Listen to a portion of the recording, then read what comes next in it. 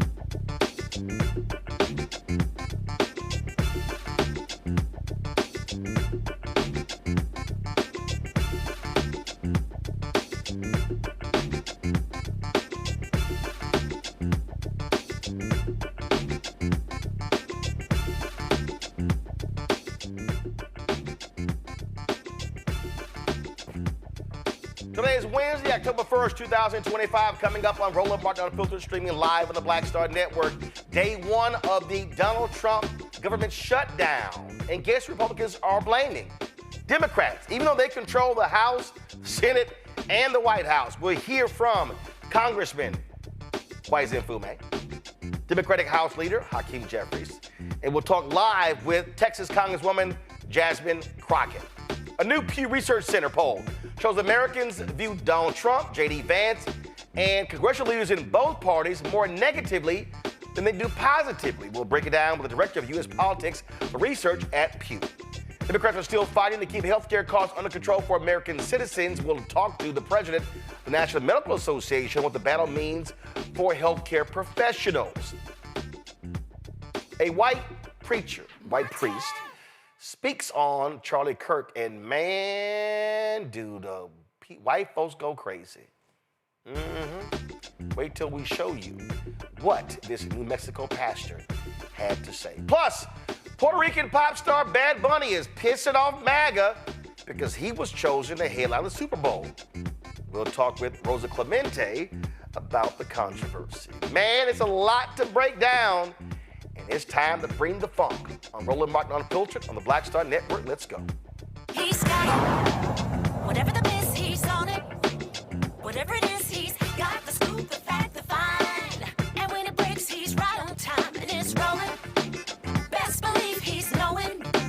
Putting it down from sports to news to politics.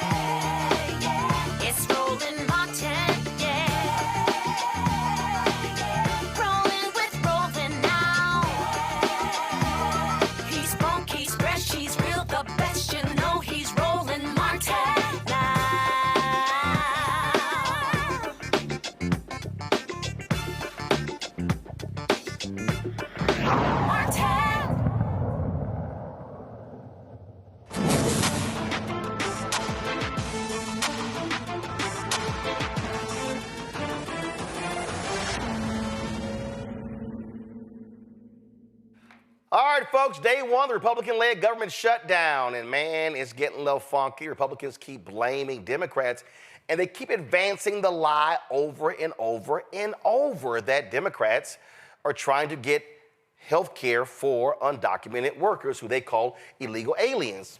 Republican House Speaker Mike Johnson went on Good Morning America, and George Stephanopoulos literally reads him what the Democrats' letter said, and Johnson's like, no, that's not it, roll it.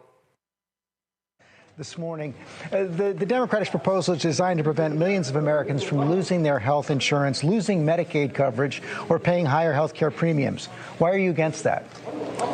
That's an absurd statement, what you said there. Let's be clear about what happened last night, George. No, George, let me tell you what happened last night. Everybody can go and review the facts for themselves. 44 Senate Democrats voted to reject a clean, nonpartisan continuing funding resolution to keep the United States government open. The Democrats said instead that they wanted to give health care to illegal aliens instead of keeping critical services provided for the American citizens. That's what happened, plain and simple. Every Democrat in the House, except one, voted against the clean continuing resolution. It was nonpartisan in nature. There are no policy riders on it that Republicans favored. It's exactly what Chuck Schumer and other Democrats voted for in March. But they've changed their tune.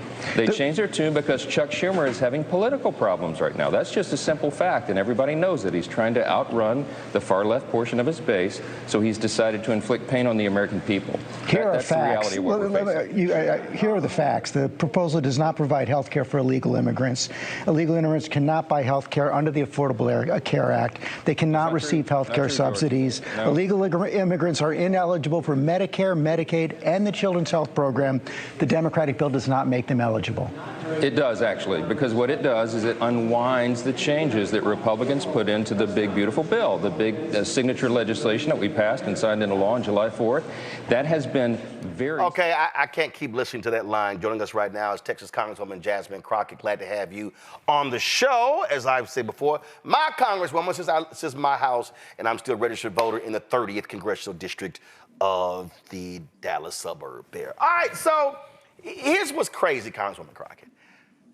He literally is reading from the whole deal. And John, no, that's it. That's a lie. That's a lie. That's a lie.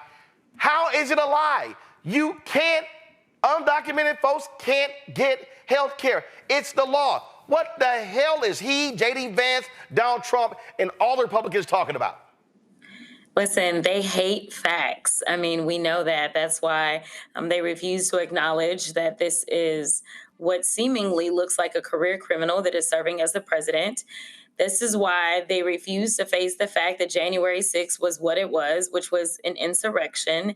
They are consistently trying to rewrite history, even when we talk about Black history.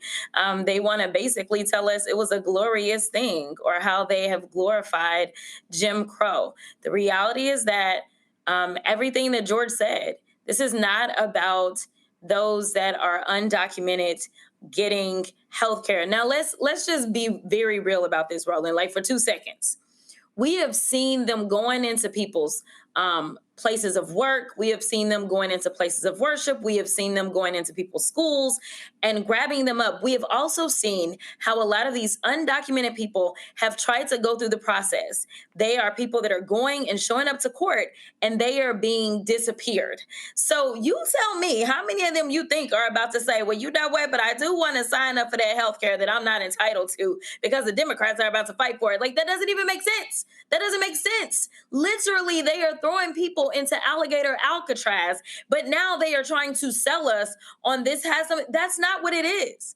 What it is that they are proposing to take $1 trillion out of the healthcare ecosystem. They have decided that they are going to slash Medicaid and Medicare funds. They have decided that these subsidies that were helping some people actually be able to afford their healthcare, which is life-saving for some people, that they want to roll back that subsidy for those that are on the Affordable Care Act. That is what this is about. And then they want to say, well, you know, this isn't the time to talk about it. Well, I can remember so many times where we were dealing with a shutdown and they decided to inject the issue of, say, the debt ceiling and capping that off and not raising it and things like that.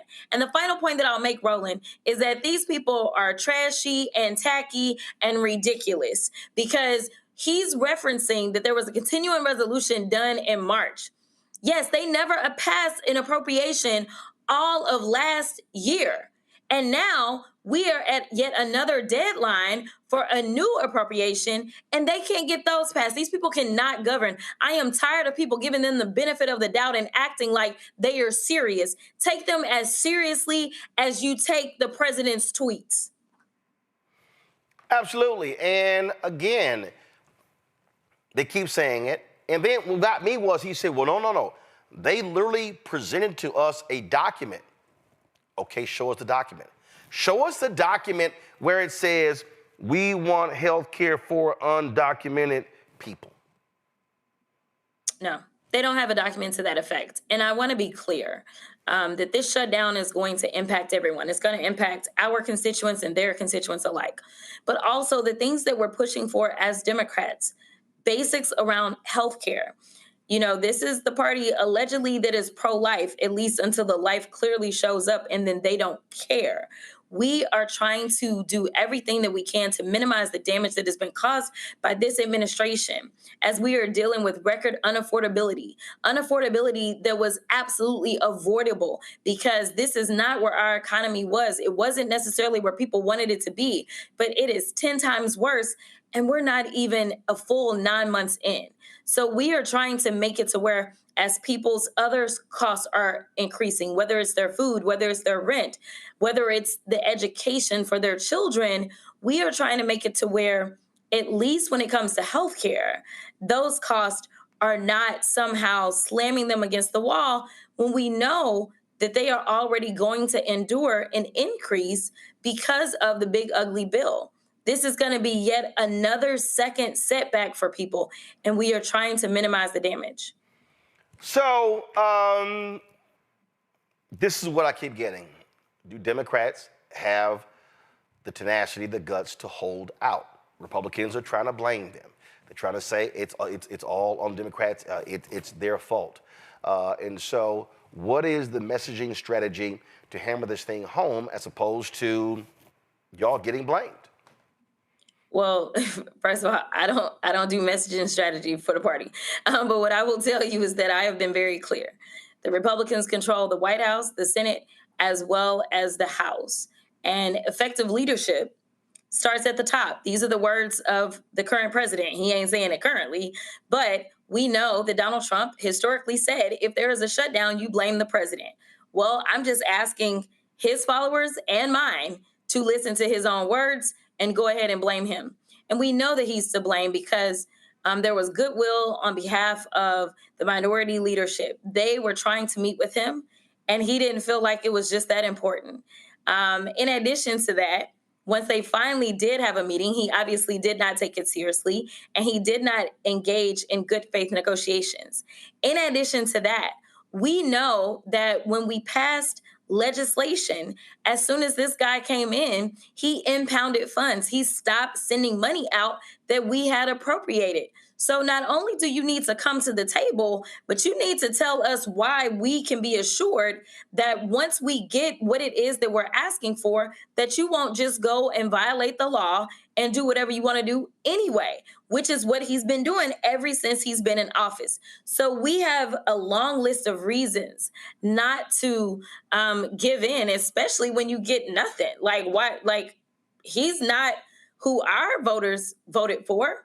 That's not who elected those Democratic senators. The Democratic senators were elected by presumably Democrats, and they were elected to do smart things. They were not elected to roll over like the entire Republican Party has done, even to the peril of their own constituents. One of the things that I think is important, and I said this yesterday, Bishop William Barber always talks about this. He says that what's critical is showing impacted people, showing those folks, hearing from them, not just having political leaders talk. Your thoughts on that as well, because that way, when you have the children of government workers, the people who are directly impacted by a government shutdown, speaking about how this pains them, I think that's also effective for people to hear from those voices. No, that's absolutely right.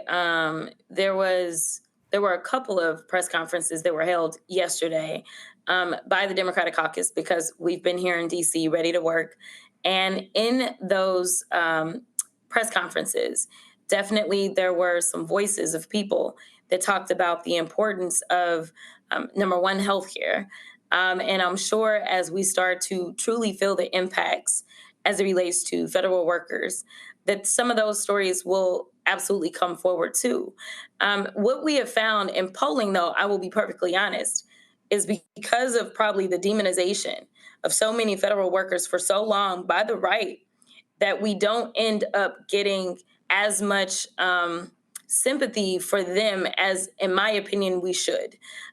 Instead, it's a matter of people are pretty much saying, you know what, how is this going to impact me? So when they're going through the airports, I think the stories of, the fact that the lines are even longer, that their waits are longer, that flight delays are even worse. We know that the last time we were able to get out of a shutdown, which again was another Trump shutdown, it was because of air traffic controllers. Air traffic controllers said, we out.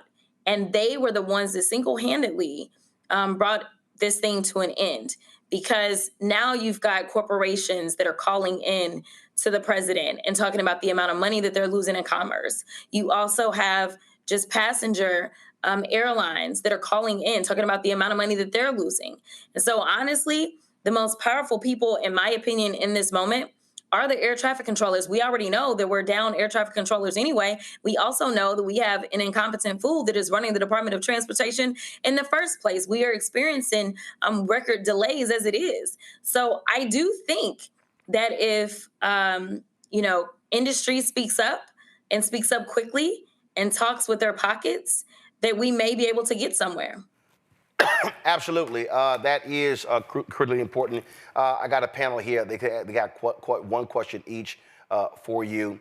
So let me go to them. Rebecca Carruthers, President, CEO of Fair Election Center. Your question for Congresswoman Jasmine Crockett. Thank you, Congresswoman. What should ordinary, everyday Americans be doing at this point in response to the government shutdown? Yeah, so one of the things that I think is important kind of goes along with what Roland was just asking. I think they should be documenting their experiences. I always tell people that the power belongs to them. And so tell your own story. You don't have to wait on somebody else to call you and tell it.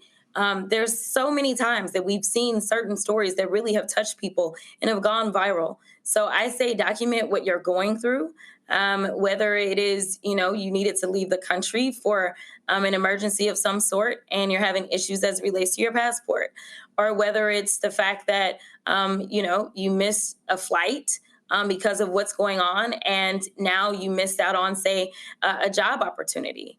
Whatever your story is, or if you are a veteran and you're at the VA and you're not getting services like you need, definitely document this. And it is my hope that the morality of Americans, good patriotic folk, speaks up and elevates a lot of these stories. So I would say document. The other thing that I would say, it ain't really got that much to do with the shutdown, but in general about the economic situation that we're in, is continue to hold on to your dollars. Hold on to as many dollars as you can, because unfortunately, every single thing that this administration is doing is really wreaking havoc on our economy, including the shutdown. Author and speaker out of D.C. Randy, what's your question for the Congresswoman? Thank you so much for being here, Congresswoman Crockett. You spoke about how the air traffic controllers have a lot of power right now. Are you or anyone else in communication with them? What are they saying? What is the union saying? Are they already speaking up? Yeah, so funny thing, when you're effective, they decide to change the rules to the game. So they changed the rules after they were effective in basically, bringing this thing to a halt and getting us back on track. So they are not allowed to do some of the things that they did last time. We will see what happens. I don't know, but it's a very difficult line for me to walk as I talk about this, but I will tell you that we have already been down on air traffic controllers, and I would hate for us to end up in a situation in which we have even more air traffic controllers that we lose as a result of them, say, calling in or calling off. While it may bring the government back to the stance of open, we know that air traffic controllers, it takes a long time. It takes approximately a year to train an air traffic controller. So I'm kind of nervous about us losing even more because we know that they riffed some of them when they shouldn't have. So I have concerns, but I do want us, I am hoping that there are some federal workers that recognize their power and at some point bring something to a halt so that we can get out of this holding pattern that we're in and get back to the business of the people. All right, next up, Joy Chaney, founder of Joy Strategies out of D.C. Joy? Hi, Congresswoman. So I'm a two-term alum of the Senate. I have not worked in the House, unfortunately, but I do know that the only way this will work, this shutdown effort will work, is if Democrats stick together. Otherwise, we'll fall apart and it will have been for nothing. Right now, it feels worth the sacrifice, but we got to stick the landing. I'm concerned about the Democratic Party and our ability to hold things together. We know Senator Schumer lost 3 votes last night. What are you telling your Democratic colleagues about sticking together? And, how is your voice carrying in those corridors of power? Yeah, so I don't know that the Senate listens to a word that I have to say. They are considered the upper chamber. So, I don't know that they're necessarily listening to me. But one of the things that I actually proposed to a senator that I am close to prior to the shutdown was that we caucus together, that we have House Democrats and Senate Democrats come together. Most people would probably be surprised to find out that we don't actually do that at all. At least not since I've been in Congress. We've not come together as one caucus. So I am hoping that we can come together and start to hear each other out and also strategize together. I think that, having 200 something other Democrats in addition to, the 40 something senators, I think it really could be impactful. And we know that in the House, we only lost one Democrat when this vote came up. So I am hoping that leadership is talking. There was another member that actually brought up us coming together.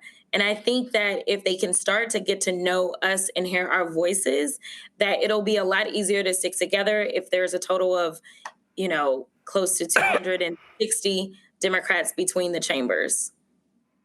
All right, then. Well, Congresswoman Crockett, it's a whole lot going on, and we're going to stay on top of this as well. A lot of people are going to be impacted by it.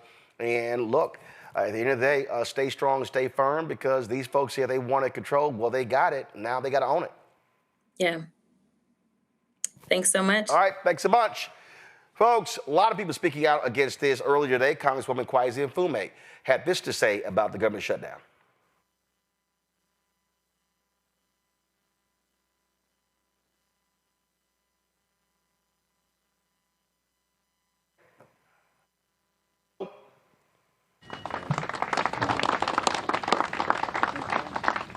Thank you very much, Denny, and thanks to this entire delegation for staying together the way we do and for speaking out as we must. A couple of things.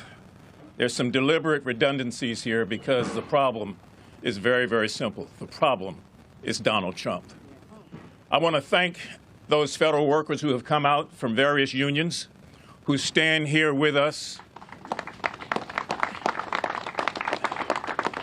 They are not here for form or fashion. They are here because they are patriots. They get up every day and put on their clothes and go into buildings and work to deliver services for Americans all over this country. And they don't ask, are you Democrat or Republican? They provide the service. Theirs is the untold story. And so all those who claim now to have this Christian right movement, let me give you a quote that you should go back and review. It says, when you have done it to the least of these, you have also done it unto me. And the least of these are federal workers who can't control this situation. The least of these are mothers who are trying to feed babies, now facing new cuts. The least of these are seniors who've given their lives to this country, many of whom have served in our armed forces. That's the least of these. Many are living paycheck to paycheck. So give me a break, Donald Trump and Mr. Voigt and all the others who have this holier-than-thou attitude. We know what's best for you. No, you don't. You don't know what's best for these federal workers, and you sure as hell don't know what's best for the Maryland delegation. We will continue to fight you at every turn, in every instance, and in every way. This is about the sort of thing that you read about that you say could never happen in America. Want to see something? Senator Alsobrooks will confirm this. There's a big flag of Donald Trump hanging from the Labor Building. The Labor Building. A huge flag with his likeness on it. That's ego. That's being vindictive, and that's an in-your-face kind of attitude. Now, the bottom line is that this was all avoidable. We know that. We have to keep saying that because they make it seem like it was inevitable. It was avoidable. All it took was a willingness to discuss, to negotiate, to share thoughts and ideas, to get through this 7-week period with this resolution without hurting people in the process. But that was not enough. They wanted to find a way instead to stick it to Americans.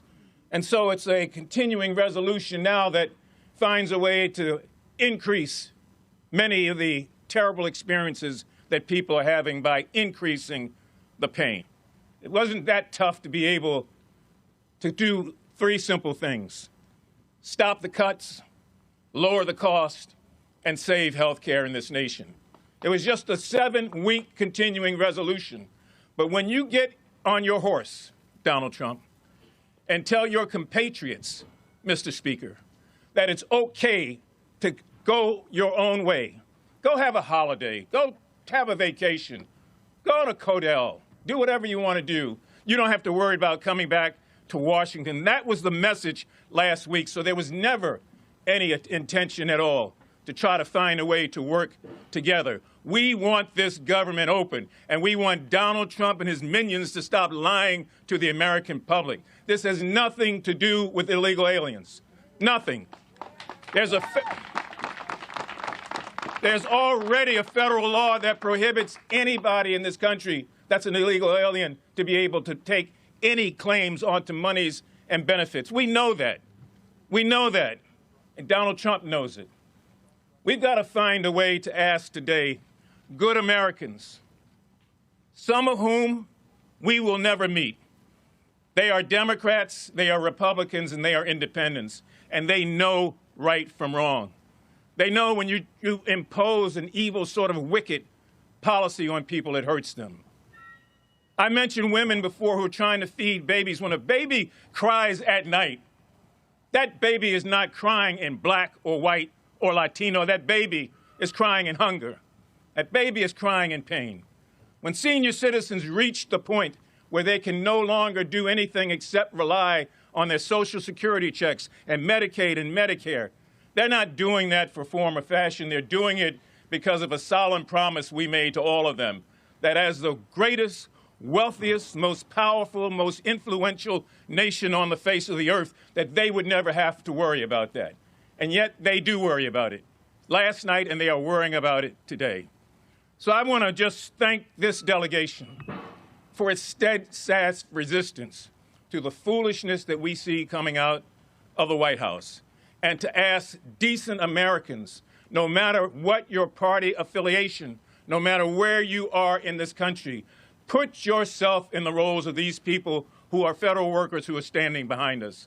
Put yourself in the role of those persons who are living paycheck to paycheck. Put yourself in the position of having an opportunity to make an influence and to change things. Call your representatives all over this country and tell them to do the right thing. Don't buy the hype, because the hype is for fools. I want to, if I might, bring forward somebody who needs no introduction, the chairman of or ranking member of the Judiciary Committee, and one who has always stood strong and steadfast against wrong in this country. So, folks, you see all this back and forth, and what's going on is that you look at the polling, A lot of folks are not happy with anybody. A new Pew Research survey reveals widespread frustration with Donald Trump and Congress. That's right. This new polling data comes out. Trump's approval rating stands at 40%, with nearly 6 in 10 Americans saying they disapprove of the job he's doing. More than half of the country is not happy with J.D. Vance. 51% disapprove of the vice president. Congressional leaders are not faring any better. Speaker of the House Mike Johnson, Republican, he's viewed unfavorably by 38%. Senate Majority Leader John Thune, 56%. 56% of Americans say they ain't never even heard of him. Democrats are increasingly critical of their own leaders. House Minority Leader Hakeem Jeffries, Senate Minority Leader Chuck Schumer, seeing rising disapproval. Schumer's favorability among Democrats has notably declined over the past year. Jocelyn Kelly, Director of Politics Research at Pew, joins us right now. Glad to have you here. So, Jocelyn, what the hell's going on? Folks just pissed at everybody? Yeah, voters, Americans have not been particularly happy with American leaders for a long time. And we're seeing it today, and this shutdown is happening against that backdrop. And some of it is because Americans haven't really seen Congress and our government work as well as they'd like it to for not just this moment, but for many years. Okay, so we always see this, but the reality is they're going to vote for somebody. And so, look, people complain about the presidency, they complain about Congress, but at the end of the day, they're going to vote. So what is the polling data showing? I mean, give us a sense deeper. What are they looking for? What are they saying they want? Yeah, well, one of the things we're really seeing, and you mentioned it, is that Democrats in particular are expressing a lot of dissatisfaction with their own party. So Chuck Schumer's favorability ratings have gone down over the course of the last year. It's pretty amazing that Democrats are equally likely to have an unfavorable opinion of Schumer as a favorable one. That's really not what you usually see. You see that people tend to like the leaders in their own party, at least. And then when we ask a general question about, whether you approve of how Democratic leaders in Congress are doing, whether you approve of how Republican leaders in Congress are doing, this is really the first time in our polling where a substantial majority of Democrats disapprove of Democratic congressional leaders. But to your question, it's not to say that Democrats like what the Republicans are doing. So there's just a lot of dissatisfaction on the Democratic side about their leadership heading into the shutdown, but not just about the events of the last couple of days. So some of what we're seeing is that Democrats want their leadership to do more to push back on the Trump administration, and I think that's sort of why we see where we are with the shutdown. So what I hear around the country, and so obviously I'm not polling all the folks y'all are, but I got a pretty good sense of when I travel around the country. What I keep hearing people say is they want to see Democrats fight. Listen, Saturday night at the Congressional Black Caucus Foundation ALC dinner, they always introduce all of the CBC members. They introduce 61 the CBC members, of course. Congressman Sylvester Turner passed away, so that position has yet to be filled because Texas Governor Greg Abbott refused to call a special election. So it would actually be 62. And out of every person who they mentioned that night, the loudest applause in that room was for Congresswoman Jasmine Crockett. And what people say, and Black Pat did a poll, and we were told us point blank that her approval numbers among African Americans almost on par with former President Barack Obama. And what I hear people saying is, thank God somebody is fighting. Is that what your polling data is also showing?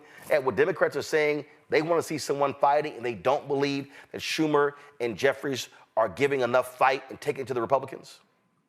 Well, I don't think we quite can say that they don't believe that Schumer and Jeffries are not doing that. But over the course of this administration so far, we definitely have seen Democrats wanting Democratic leaders, the Democratic Party, to push back on the Trump administration. But it's not a universal attitude. So I think some of it is that you've got your Democrats who are more politically active. That group in particular is wanting to see that fight. But there are some Democrats who are more moderate who maybe don't necessarily have that same view. But that's not unique to this moment. We saw it among Republicans during the Trump administration. During the Biden administration, there was a real desire to push back on Biden, and it was particularly concentrated among the most politically active Republicans. So, we're definitely seeing it among Democrats. We're seeing hints that Democrats are not happy. Certainly, with Schumer, a sizable share of Democrats have been unhappy with Schumer. Jeffries' ratings are pretty much on par with with how Republicans, for instance, view Johnson or how Republicans view Thune. So Jeffries' ratings are not particularly negative. A lot of Democrats actually aren't familiar with Hakeem Jeffries yet. So I think that's more of an open question. But Schumer is a more familiar character. Gotcha. So can you compare and contrast the last time y'all actually polled with these questions, and is it eroding further, or has it gotten better? Mm-hmm.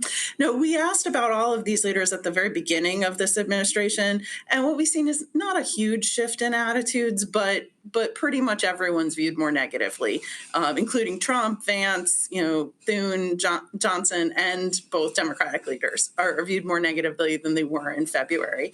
But we also, for Schumer, for instance, we have attitudes going back several years from when he was majority leader, for instance, and Democrats were a lot more positive about Schumer, in 2024 and back in 2022. So there really has been a change in attitudes about Schumer among Democrats over that period.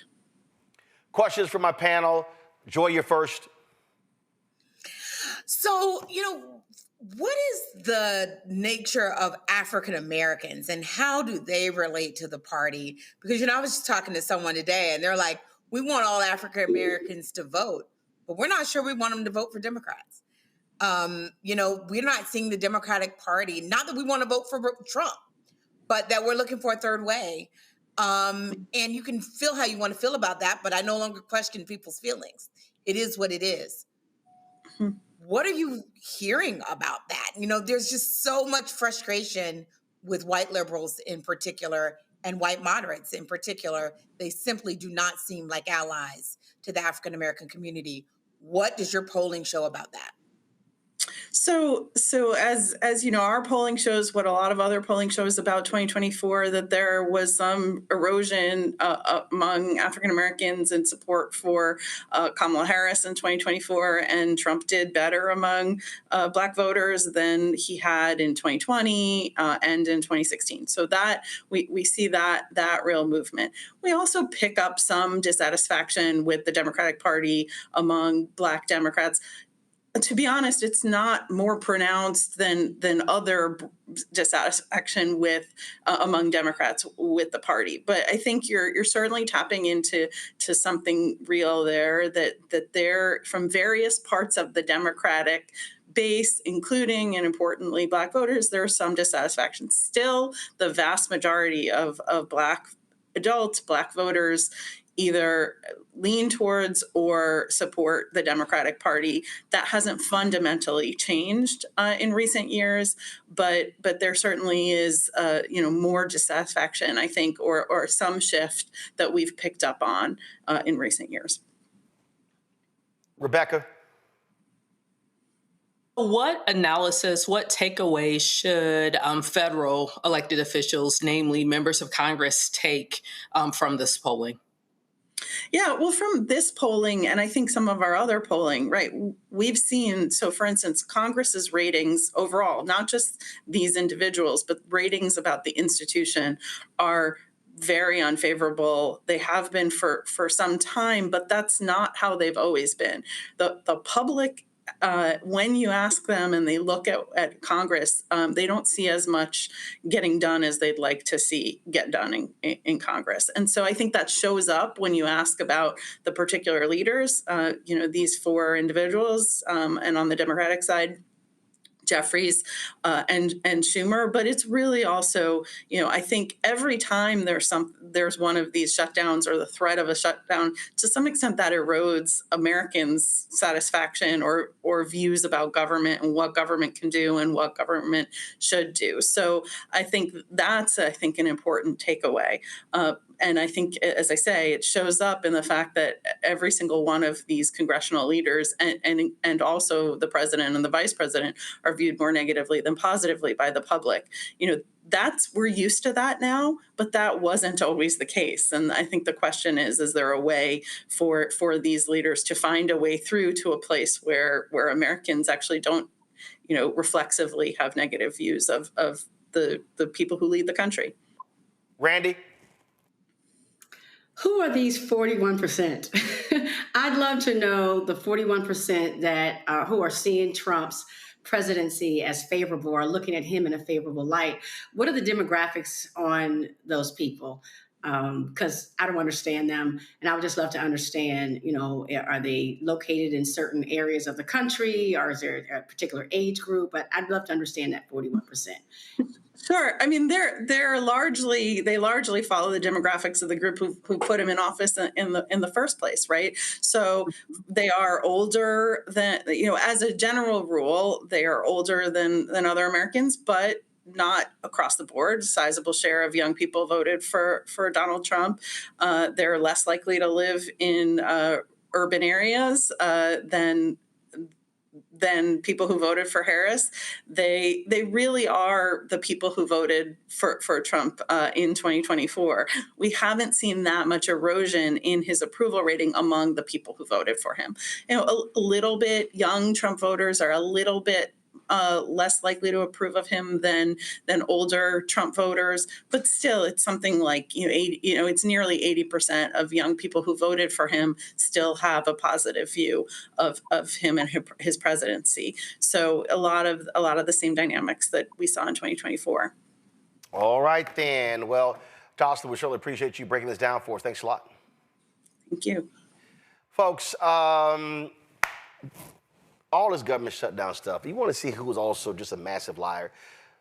J.D. Vance, this is literally what he said today from the podium. It was so awful that MSNBC had to stop broadcasting to correct the lies. Listen.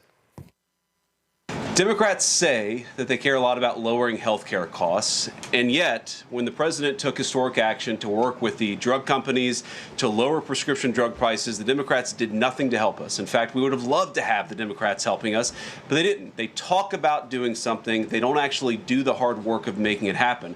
What they have done instead is to shut down the government because we won't give billions of dollars to health care funding for illegal aliens. That is what has actually happened. To the American people who are watching, the reason your government is shut down at this very minute is because, despite the fact that the overwhelming majority of congressional Republicans and even a few moderate Democrats supported opening the government, the Chuck Schumer AOC wing of the Democratic Party shut down the government because they said to us, we will open the government, but only if you give billions of dollars of funding for health care for illegal aliens. That's a ridiculous problem. Rebecca, he's lying. He's straight lying. Biden, Harris, and Democrats literally led on reducing drug prices. Trump comes in and reverses what they did. Not only that, but Republicans have the vote. If Republicans could get their caucus together to actually vote to keep the government open, it's because they don't want to. And the reason why they don't want to, I know we keep referencing Project 2025. Project 2025 says do a government shutdown so you can accelerate a reduction in force, so you can continue doing RIFs, so you can continually shutting down government permanently, not filling in back jobs, not backfilling jobs, but also to permanently reduce the number of federal workers. So this is part of their plan. And so while it's great MSNBC cut out, but I need every news media outlet to cut out and say, hey, this has been their plan all along. This is the plan that they're working off of. Yeah, I mean, it just, what you're seeing, Randy, you're seeing the advancing of lies. And that's what right-wing media is going to do. They're going to advance the lie. Fox and Friends is going to advance a lie. Every show on Fox News, Newsmax, One America News, News Nation, they're going to all advance these lies to stand up Trump and the Republicans. And we understand why they do it, right? Because it works. I mean, it won them an election. It made an insurrection sound like a day at the park. I mean, their lies work because their base does not question what they say. They follow these people blindly. And so they recognize that they can put something out there and people will absolutely believe it. And so it's worked. It's worked for them. And so what we have to do is continue to play not just defense but offense. We should know by now that they're going to lie. And so we should ensure that we're putting the right information out there as much as we can, although, those people just look at one station, unfortunately, but still find ways to get everyone out there that is knowledgeable about what's really going on, because they are going to lie. That's guaranteed. Joy? Just to keep the facts out there, federal dollars in healthcare do not go to undocumented immigrants. So if they're saying that, they're lying to you. What we're trying to do, what Democrats are trying to do is to make sure that the tax credits are extended, the ACA tax credits are extended, which you rely on whether you know them or know it or not, are extended so that your health care premiums will not go up. If you do not have the tax credits, and it's really unclear whether or not any change right now will make a difference next year because insurance companies are already setting their premiums. But what we're trying to avoid is what could be upwards of a 75% increase in your premiums. So Donald Trump has no interest in lowering costs, which is what he said he ran on. He's no interest in that. And it's also about restoring some of the cuts to Medicaid, which they did to fund tax breaks for billionaires. So billionaires over babies, billionaires over family, billionaires over life. That's what they did. So so the Democrats are saying, you got to come to the table. And they are choosing not to. They are in the majority. We've said it before, a president, a House, a Senate. All right, then. Got to go to a break. We come back. We'll talk with the president of the National Medical Association about what these healthcare cuts could mean for black doctors and healthcare workers. You're watching Roland Martin Unfiltered, the Black Star Network. Support the work that we do. Folks, the stuff that we're talking about, you ain't getting on mainstream TV. And nobody else in black-owned media is doing it as well. Support the work that we do. We need your support. Our goal is very simple. Get 20,000 of our fans contributing on average $50 each a year. That's $4.19 a month, 13 cents a day. We are already at $250,000, so we're at 25% of our goal. We need to raise another $750,000 before December 31st this year. We are launching 2 new shows this year. We're launching 2 more shows. We're completely changing BlackStarNetwork.com to a news portal. As a matter of fact, if you're having issues with the app, what you can do is you can actually go to app.blackstarnetwork.com. app.blackstarnetwork.com. Like I said, we're making changes.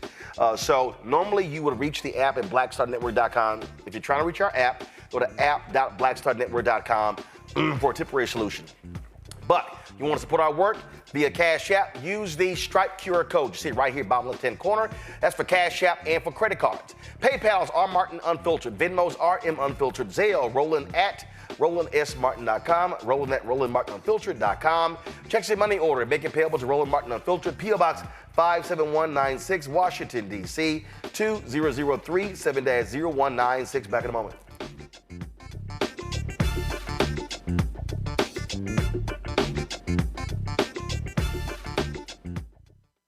In my book, The Power to Persist, I share 8 simple yet powerful habits, a blueprint for transforming obstacles into opportunities and pressure into purpose. Just as they fueled my rise from the South Side of Chicago to a national stage. And on the Power to Persist podcast, I bring that blueprint to life.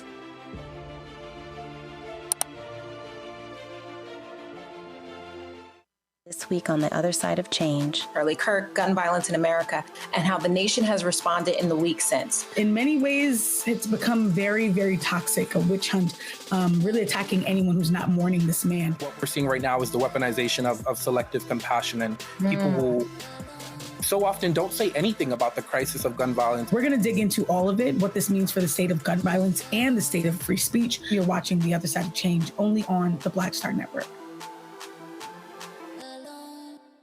Carl Payne pretending to be Roland Martin. Holla! You ain't got to wear black and gold every damn place, okay? Ooh, I'm an alpha, yay! All right, you're 58 years old. It's over. And you are now watching Roland Martin Unfiltered. Uncut, unplugged, and undamn believable. The Republican-backed bill to keep the government from remaining open failed after Democrats continuously demanded an extension of Affordable Care Act tax credits. Without it, millions of Americans could see their insurance premiums skyrocket. Maryland Governor Wes Moore explained what the shutdown means for his state and others across the country. A prerequisite to keeping the government open should not be cutting people off of health care. A prerequisite for keeping the government open should not be forcing people to have their premiums jump. So on behalf of the 6.5 million Marylanders, my message to President Trump is clear. Stop this shutdown. You're the one causing it. We're the ones dealing with it. Dr. Roger Mitchell, president of the National Medical Association, joins us right now. Glad to have you here. First and foremost, looking at this, how do you see the impact on black healthcare professionals, which the NMA represents? Well, black healthcare professionals take care of black people. The majority of who we take care of, particularly those that are in rural and urban spaces that are black, are taken care of by our physicians. And so when you talk about individuals that may not have access to care because their insurance premiums go up, or this HR1 has stripped them from Medicaid, then we put ourselves in a position to not be able to take care of those patients. And if we're not taking care of those patients, then we're not earning an income. One of the big things that we're seeing today, this shutdown can cause some real problems. And when you say those problems, lay them out. How stark can this be? Well, at the end of the day, we're talking about this tax credit is for low and middle income people who purchase health care insurance through the Affordable Care Act. These are individuals that we're talking about an estimated of 114 to 150% increase on average of out-of-pocket costs. For the average American, we're talking about over $1,000 in every year. The marketplace since 2014 has doubled. You're talking about 24 million people that are insured under this expansion. The majority of those individuals are poor and middle income. Now those individuals will have to make a choice on whether or not they're going to pay their premium and have health insurance, or if they do, then they're going to come out of pocket where they need those costs more. Maybe their housing, maybe their food, maybe their transportation. No one is winning right now. People are losing their paychecks, even those that are furloughed. And so we're talking about individuals that are going to seek care in the emergency department when care is absolutely required. And that's the problem of going backwards. People that have insurance are going to access care through primary care mechanisms, but people that don't have insurance and don't have access to insurance are going to access their care through emergency departments. And so that means that the emergency departments are packed. The emergency departments have lines.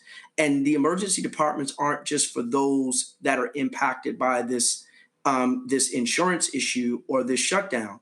It's going to impact individuals that have insurance, that are trying to use their insurance in the emergency department. So those those waits in the emergency department increase, not just because of what's going on with the shutdown, but what is also proposed in H.R. 1. Explain for people payouts. When we talk about Medicaid cuts, when we talk about, I mean, you got Republicans like the senator from Mississippi saying, oh, Democrats are the reason rural hospitals are closing. Explain to people how this really works. Well, at the end of the day, Medicaid and Medicaid is for those individuals that have a particular threshold to the poverty line.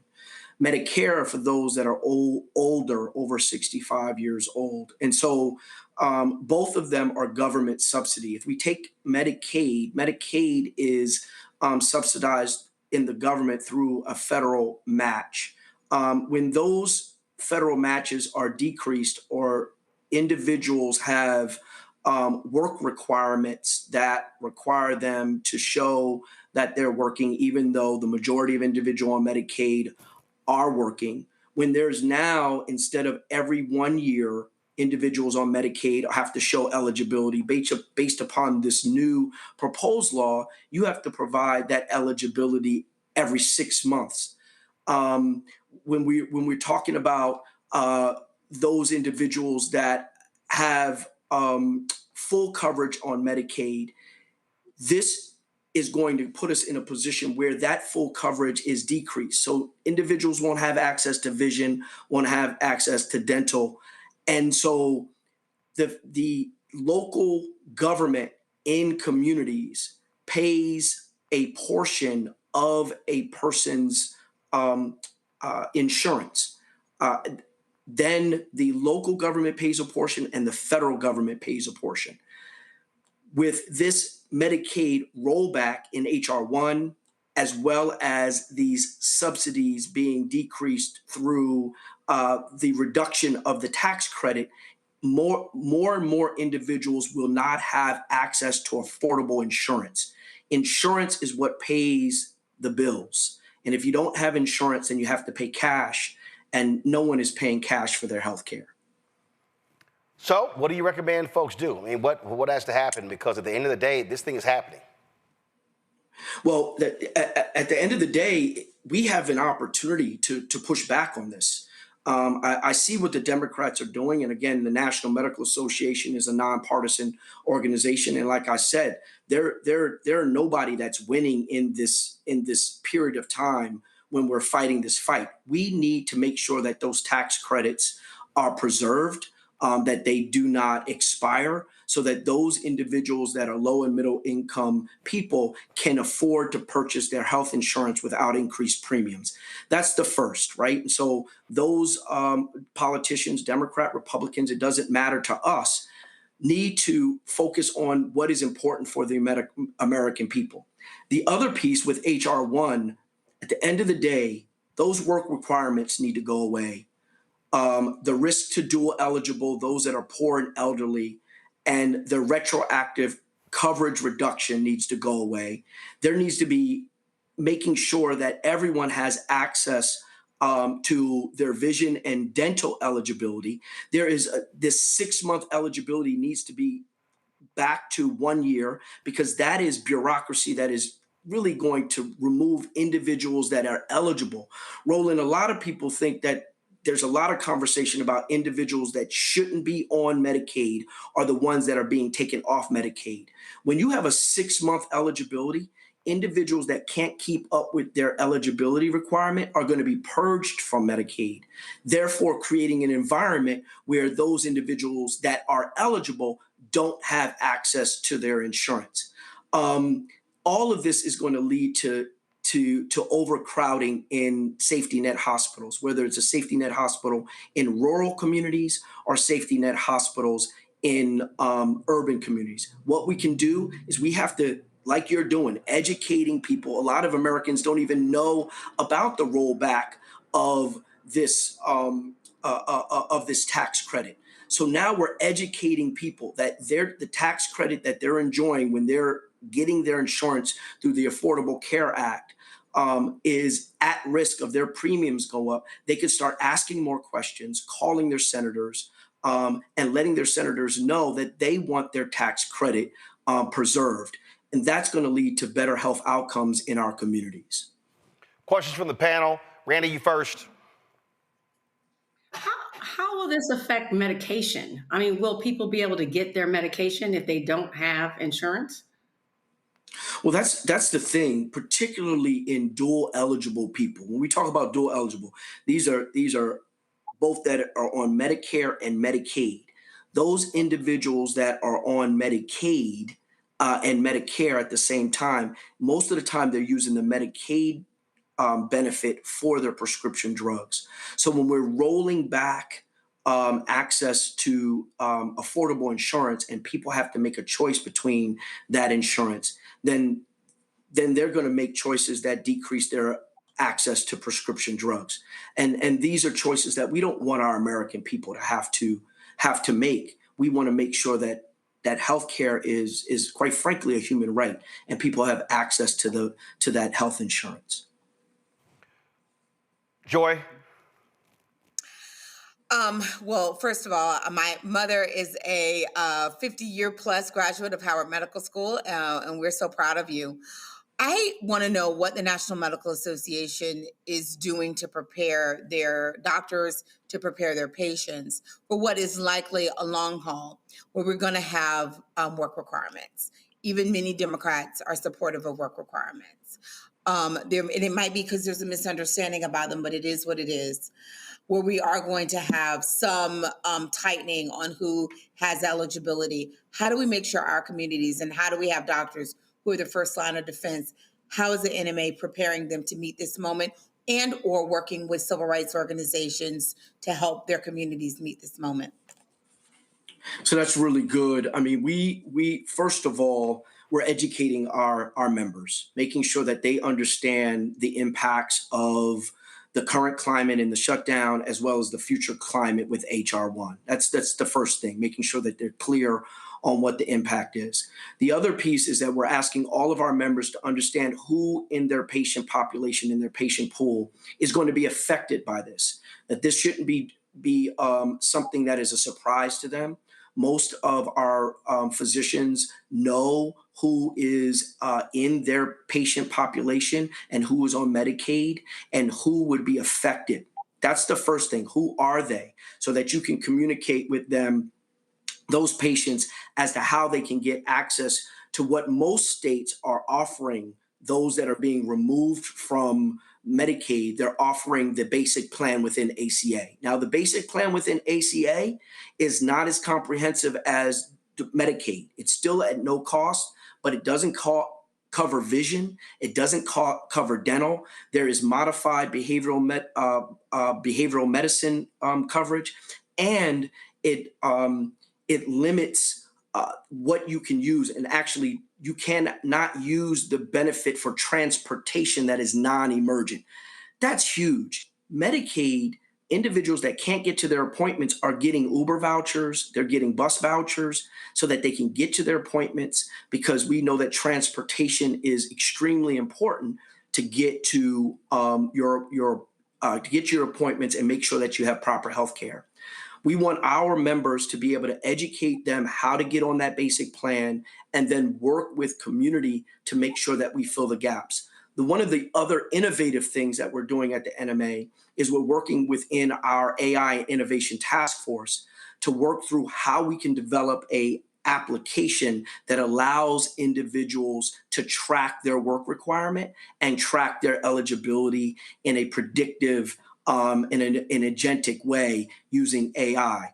So there are those things. And then we're also working with civil rights organizations like the NAACP, like the National Council of Negro Women, to talk about how can we create volunteer efforts.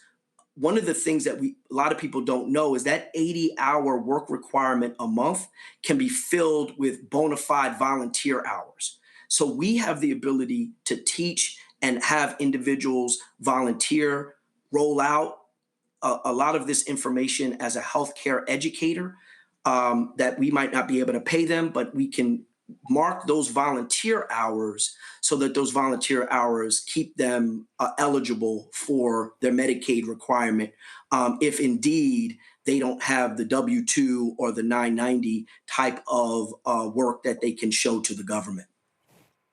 Rebecca.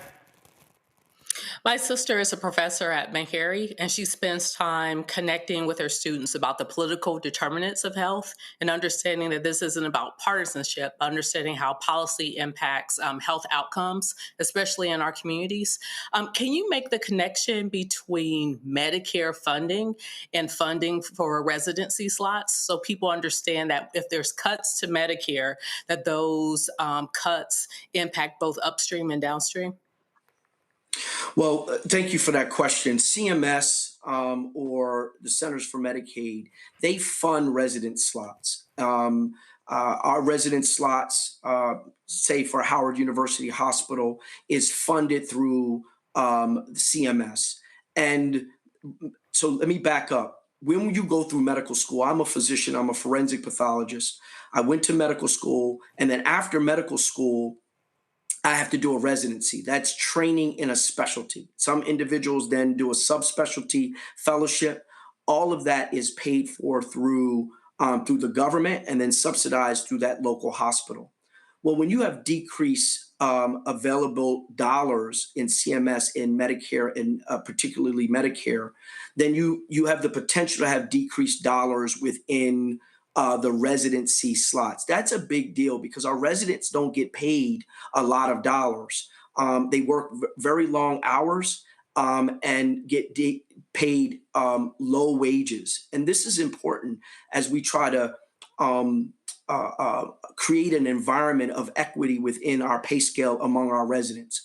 One of the other things within HR 1 that this kind of points to as well is the impact on healthcare workforce. That in HR 1, graduate borrowers, graduate programs are limited to the amount of federal loans that they can actually borrow, $150,000 for professional programs. When we know most medical schools are beyond $300,000, mine was closer to $200,000 in my loans. If I didn't have the opportunity to borrow money to be able to go to medical school, then I wouldn't have been able to go to medical school.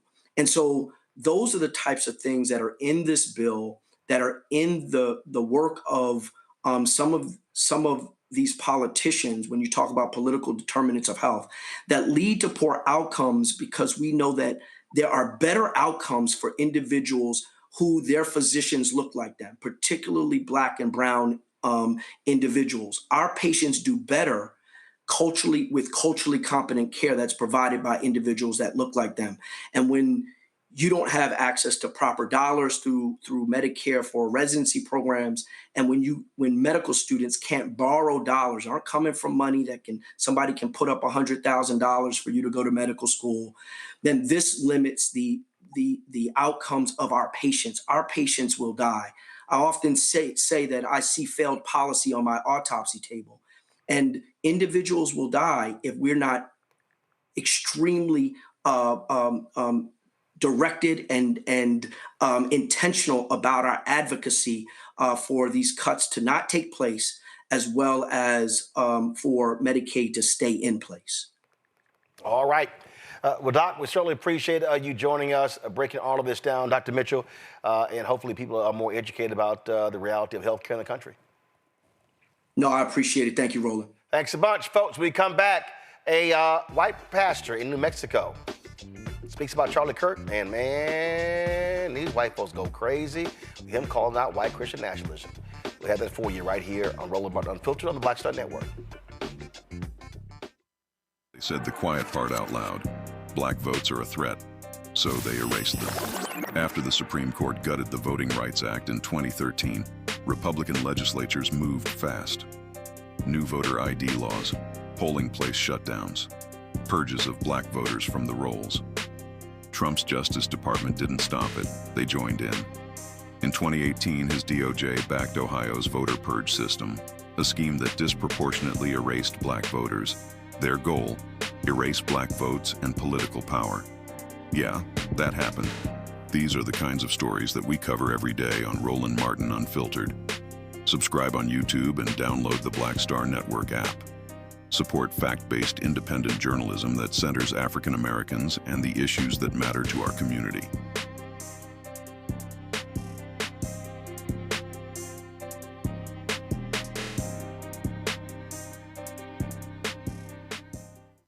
Next on the Black Table with me, Greg Carr. An hour of living history with Dr. Richard Mariba Kelsey, thinker, builder, author, and one of the most important and impactful elders in the African American community.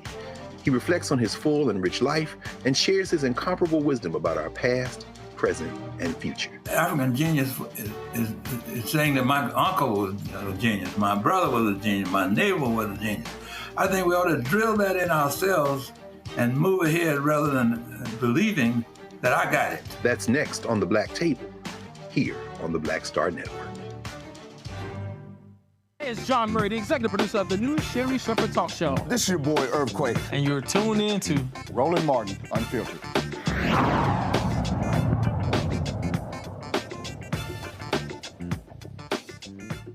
So, folks, we've been featuring a lot of these preachers who've been making comments from the pulpit after the shooting death of Charlie Kirk. Well, I was on Instagram and I came across Brian Suave. He's a senior pastor of Refuge Church in Ogden, Utah, and the founder of St. Brendan's Classical Christian Academy, the president of the New Christian Dome Press.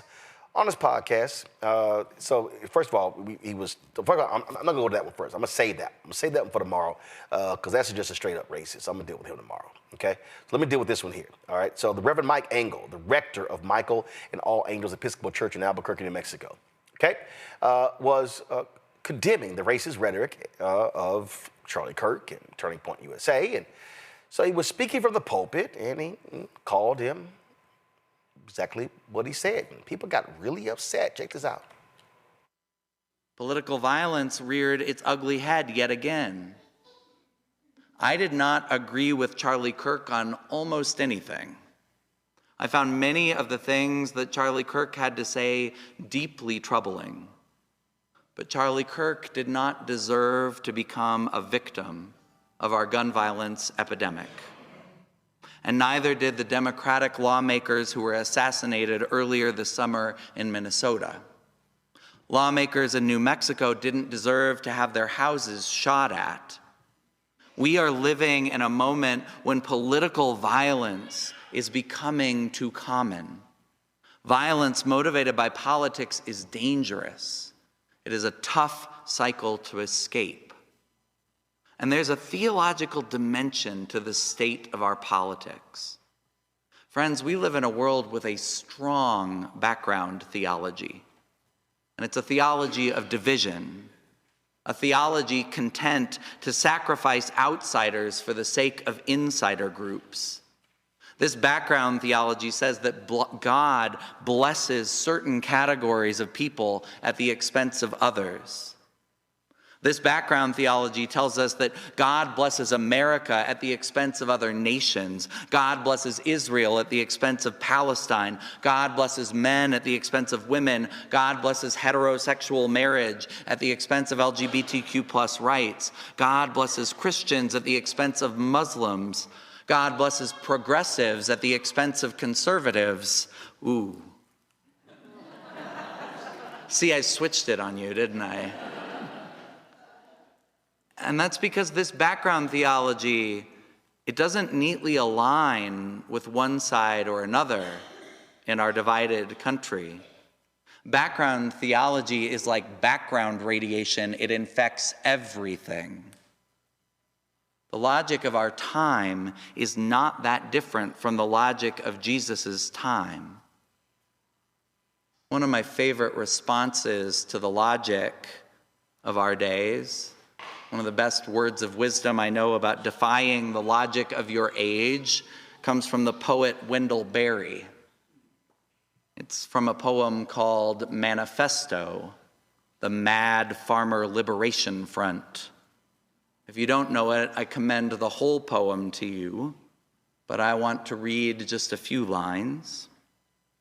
Berry tells us when the world's logic is strong and violent, every day, do something that won't compute. Love someone who does not deserve it. Denounce the government and embrace the flag. Hope to live in that free republic for which it stands. Invest in the millennium. Plant sequoias. Put your faith in the 2 inches of humus that will build under the trees every 1,000 years. Expect the end of the world. Laugh. Laughter is immeasurable.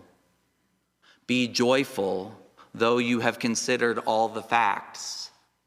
As soon as the generals and politicos can predict the motions of your mind, lose it. Leave it as a sign to mark the false trail, the way you didn't go. Be like the fox who makes more tracks than necessary, some in the wrong direction. Practice resurrection. There's more to the poem, but you get the gist. Lose your mind. Make no sense. When the logic of the world is pain, when the logic of the world is violence, be illogical. Traffic in the nonsense of the gospel, in love, in mercy, in searching out the lost. Jesus came to interrupt our whole system of sacrifice, our willingness to lose a few for the benefit of the many. Jesus' life, death, and resurrection is a judgment that says that to Jesus, no sheep, no citizen, no party, no country, no class of people is above any other. We don't sacrifice some to make life easier for others. To Jesus, everyone matters. Every single one.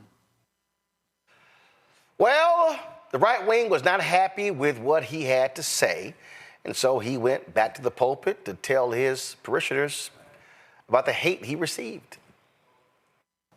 A couple weeks ago in my sermon, I poked a bear. In the sermon 2 weeks ago, I mentioned that I did not agree with Charlie Kirk. I found much of Kirk's rhetoric deeply troubling. And I said Charlie Kirk did not deserve to become a victim of America's gun violence epidemic. Now, in the congregation, I saw mostly nodding heads, a lot of agreement. It wasn't in the congregation that I poked the bear. The bear appeared when we posted a clip of that sermon online. Thousands of comments flooded in. For disagreeing with Charlie Kirk, I was accused of not knowing Christianity, of being a false prophet, and worse. And I didn't respond to those comments with one exception. Because, you see, someone online claimed that we were using fake candles, AI generated. I could not let that stand. I wrote simply, not fake, period, beeswax, period. Call me a false prophet all you want, but don't insult our aesthetics.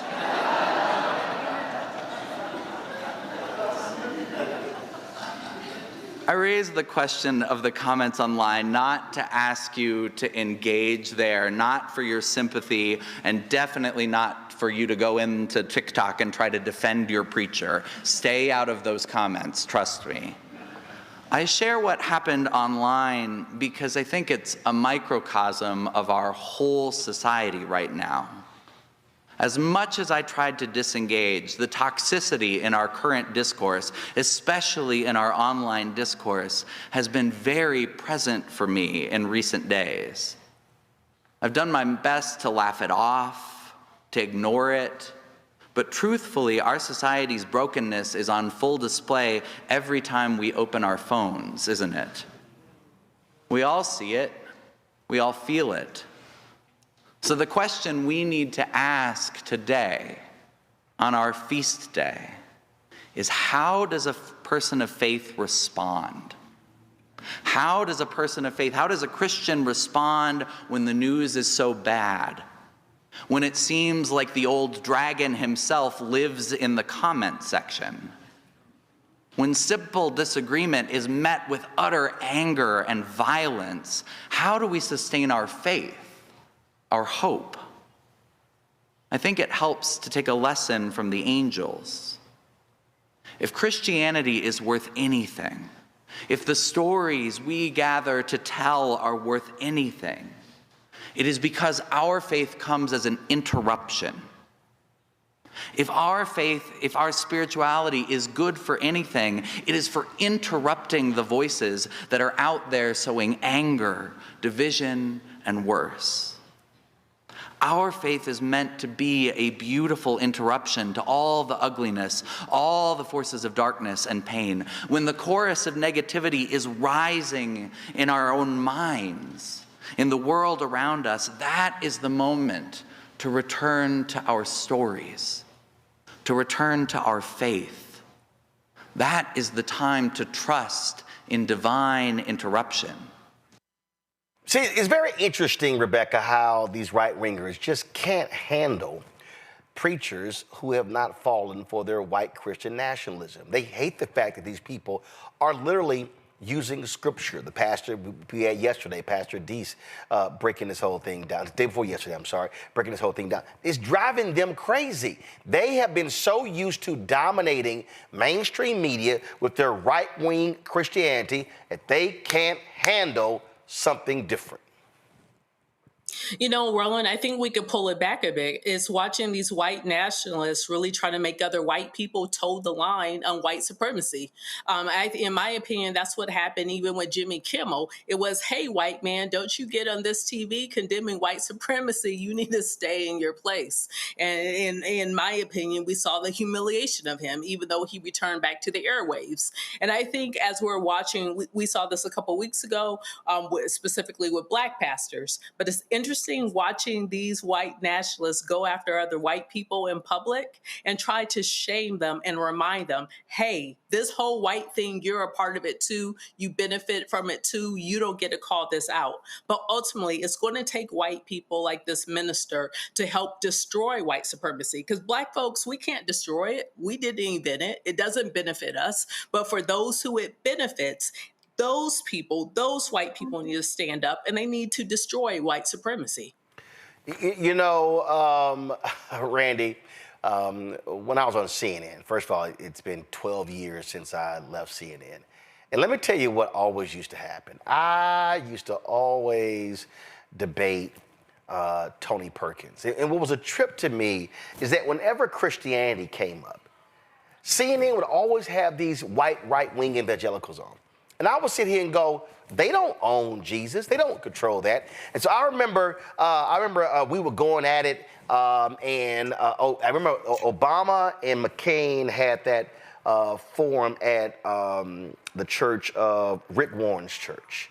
And Tony Perkins brought up Reverend Jeremiah Wright. And I said, oh, Tony, if you want to talk about the Sermon on the Mount, if you want to talk about what Jesus preached, I said, we can go at it right now.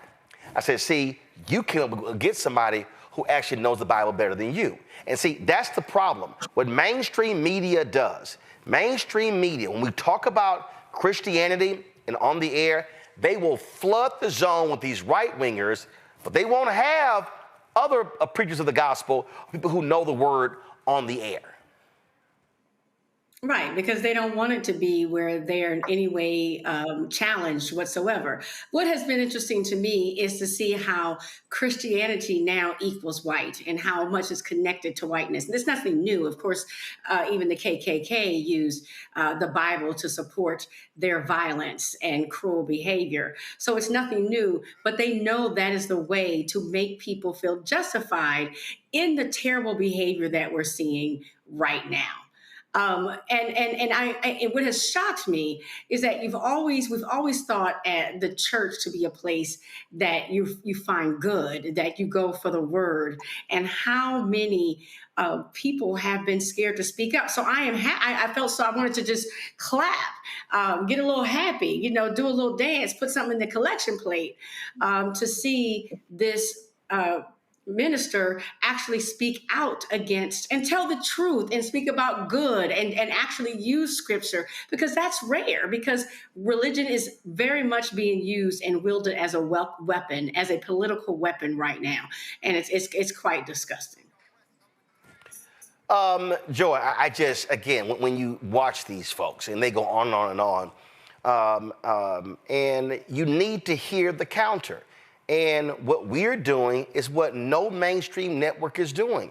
They are not showing any of these preachers who are speaking against the craziness that we heard from Charlie Kirk or from Turning Point. They are pushing out, I mean, CNN interviewed one of these crazy conspiracy theorists and, a friend of Charlie Kirk, and presented him in this amazing manner. What was Posobiec, Jake, whatever his name, Jack, something like that. He is a nutcase, but they presented him in this, like he was just this nice, wonderful guy.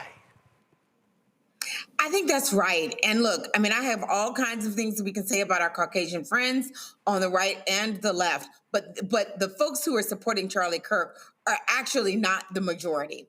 And I think that we have continued to allow a minority voice, a group of people who are amplified and seem bigger than they are, to take up our airwaves. And it's because mainstream media continues to feature those people under some false notion that you got to have, both sides, yeah, but you got to also acknowledge when both sides are a fewer group of people.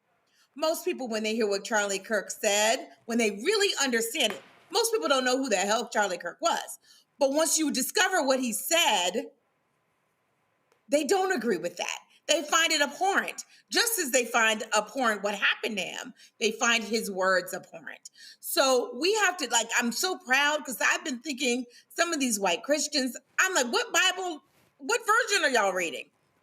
But we have to not allow them to own Christianity and religion.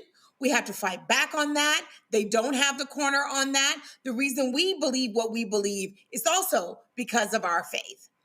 And we also need ministers to talk to each other. I'm glad they're talking to their parishioners, but oftentimes we see them reflecting the views of what's in their community already, their congregation already. We're going to need more ministers challenging their congregation, knowing that they might get in some trouble, but using their relationship. And we know when that happened the last time, some of those folks lost their position. But it would be better to lose position than to be up there supporting false idols and leading your parishioners astray. We're going to need more conservative bases of ministers who are coming out and saying, that's not what the Bible says. Let's talk about what it says. That's their calling now. And we might need other ministers to do it. So that's the next stage. I'm glad they're talking to their congregation, but we also need them to talk to other ministers and say, what are you saying about this moment? Well, it's a perfect example, boy. MAGA and these right-wing evangelicals, boy, they mad as hell at the Pope, Pope Leo. He was asked this question about abortion and death penalty. And listen to what he says, and they are livid. Just wanted to ask one thing that has become a bit of a divisive subject in the U.S. right now, with Cardinal Cupich giving an award to Senator Durbin. Some people of faith are having a hard time with understanding this because he is he's for legalized abortion. How would you help people of faith right now decipher that, feel about that, and how do you feel about that? I'm not terribly familiar with the particular case. I think that it's very important to look at the overall work that a senator has done during, if I'm not mistaken, 40 years of service in the United States Senate. I understand the difficulty and the tensions, but I think, as I myself have spoken in the past, it's important to look at many issues that are related to what is the teaching of the church. Someone who says I'm against abortion but says I'm in favor of the death penalty is not really pro-life. So someone who says that I'm against abortion but I'm in agreement with the inhuman treatment of immigrants who are in the United States, I don't know if that's pro-life. So they're very complex issues. I don't know if anyone has all the truth on them, but I would ask first and foremost that there be greater respect for one another and that we search together both as human beings, in that case as American citizens or citizens of the state of Illinois, as well as Catholics, to say we need to, really look closely at all of these ethical issues and to find the way forward as church. Church teaching on each one of those issues is very clear. Thank you very much. He said the church's teaching on this is very clear. See, right-wingers love the Catholic Church position on abortion. They don't like the Catholic Church position on the death penalty. Here we go to my iPad. Robbie Starbuck, right-wing white Latino. Pope after Pope has been a disappointing profile in cowardice who I just can't look to as a leader. If Robert Sarah was Pope, this would not happen. Many would come back to the church then. Leo sounds like another Francis. Oh, Robbie, are you upset that the Pope is speaking truth, is not kissing y'all right-wing butt? Oh, here's the racist Matt Walsh, absolute racist. Really terrible answer from Pope Leo. God himself prescribes the death penalty in the Bible. Is the Pope saying that God is not pro-life? And who exactly is advocating for inhumane treatment of immigrants? What sort of inhumane treatment is referring to? Deportations? Really, Matt, are you really that stupid? Like, are you really that stupid?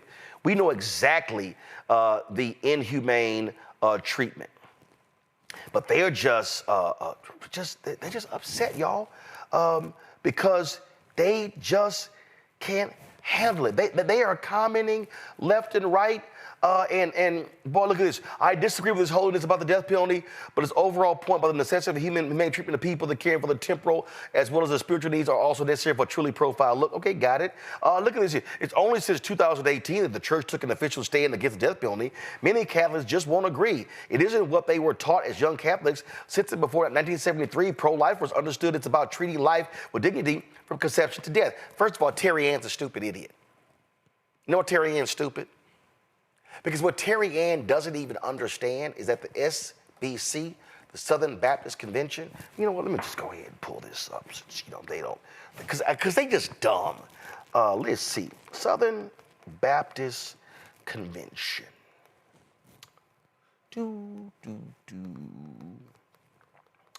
And pro-choice.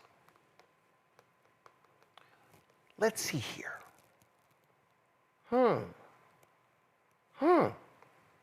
Look at this piece right here. Was the Southern Baptist Convention ever pro-choice? Let's see right here.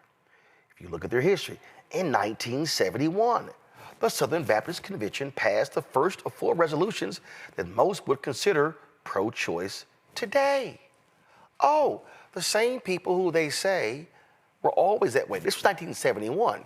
But see, what y'all got to understand is this here. And I'm going to put, that's a priest who was on Instagram. I'm going to play that too, where he broke down the history. Because see, the history is the Southern Baptist Convention, they used racism in these segregation academies to get white people to support their plans. Well, then when the Nixon folks outlawed segregation academies, then the racists in the SBC could not figure out how to get white people to vote their way. So Paul Weyrich, what happened was they saw this one election where the issue of abortion was on the ballot. And all of a sudden, they then began to adopt that language. And even Jerry Falwell later said they never really focused on the issue of abortion. And all of a sudden, that became the main thing, the moral majority. So it was actually racism. They could not use straight out bigotry to get the white folks to vote. So they flipped to the issue of abortion. So these people who are commenting on Pope Leo, they're liars because they didn't understand the actual history. Okay? So all the MAGA people are upset. All the MAGA people are freaking out. All the MAGA people just cannot help themselves. They're just like what's going on? Well, what is Pope Leo doing? It's because he's right. They're not pro-life. See, you can't be pro-life and you want to cut food. You can't be pro-life when you want to sit there and snatch money for the homeless. You can't be So when we start talking about what Jesus actually preached, that's literally against the MAGA agenda. See, y'all might remember a couple of years ago when I had a pro-life or really an anti-abortion black Republican in my studio and this happened. Reeves is not doing it in Mississippi. And so what I'm saying is this here. No. What I'm saying is this here. When I listen to Republicans talk about being pro-life, what I want to know is where their pro-life stances when it comes to Head Start. Right. Where their pro-life stances when it comes to prenatal care. Right. Where their pro-life stances when you have black women who have a high rate of dying in childbirth. Where are your pro-life policies when it comes to infant mortality? What I'm saying is when you are a Republican in the state of Mississippi, and you push a law and the Supreme Court overturns Roe v. Wade, and you are ill-prepared to handle the 5,000 new babies, maybe because the money that you could care for the poor went to Brett Favre. That's right. And all I want to see is the governor of Mississippi, who's opposing Medicaid expansion, seeing rural hospitals shut down in his state, and you got white women and black women who are dying, and Republicans control the legislature. They control the governor's mansion, so don't tell me they are pro-life when they are unwilling to accept Medicaid expansion, but then they say we don't want to accept federal money from the federal government when they send $1 to the federal government and they get $4 back. When you look at this concept, what you're saying to me right now is that because you believe that Republicans are not supporting pro-living, I disagree. I look at the Republican support for community health centers. I look at the Republicans trying Where? Everywhere, Roland. South Carolina, South Carolina, North Carolina, Tennessee, Georgia, Arkansas, Texas, Mississippi, Alabama. Exactly. They all are against Medicaid expansion and rural hospitals. Are you telling me rural hospitals? Are you literally telling me that rural hospitals in Mississippi, Alabama, Texas, Arkansas, Tennessee, Georgia, North Carolina, South Carolina are not shutting down? Are you actually telling me that? I am not telling you that. But so what therefore, I am saying, if they're shutting down, how then are the people able to get care? How? Roland, what I am saying is that there are, when we talk about aborting babies, so you're saying to me that because we support life, actually giving babies the opportunity to live. I'm confused. Baby born. I'm so confused. First of all, hold up. You're confused because you think I'm saying something that I'm not. Well, tell me what you're saying. What I'm telling you, I'm being very clear. You cannot say you are pro-life when you vote against prenatal care for the mother. You cannot say you are pro-life when you vote against Head Start. Right. You cannot say you are pro-life when you do not want to expand Medicaid to keep hospitals open. You cannot say you are pro-life when you have OBGYNs who are not available in your state. You cannot say you are pro-life when you have black women who are dying at a higher rate during childbirth and you do nothing public policy-wise to fix it. You cannot say you are pro-life if you allow infant mortality rates to be sky high in areas where there are black and brown people. What that tells me is you are anti-abortion. You are not pro-life. Right. Because if you are pro-life, you care about the child in the womb and when the child is out. And if you are pro-life, you are standing there with black folks when their kids are killed by cops. You are not silent. So if you are pro-life, be pro-life from the womb to the tomb, but not just in the womb. Okay. And that's how we got this meme.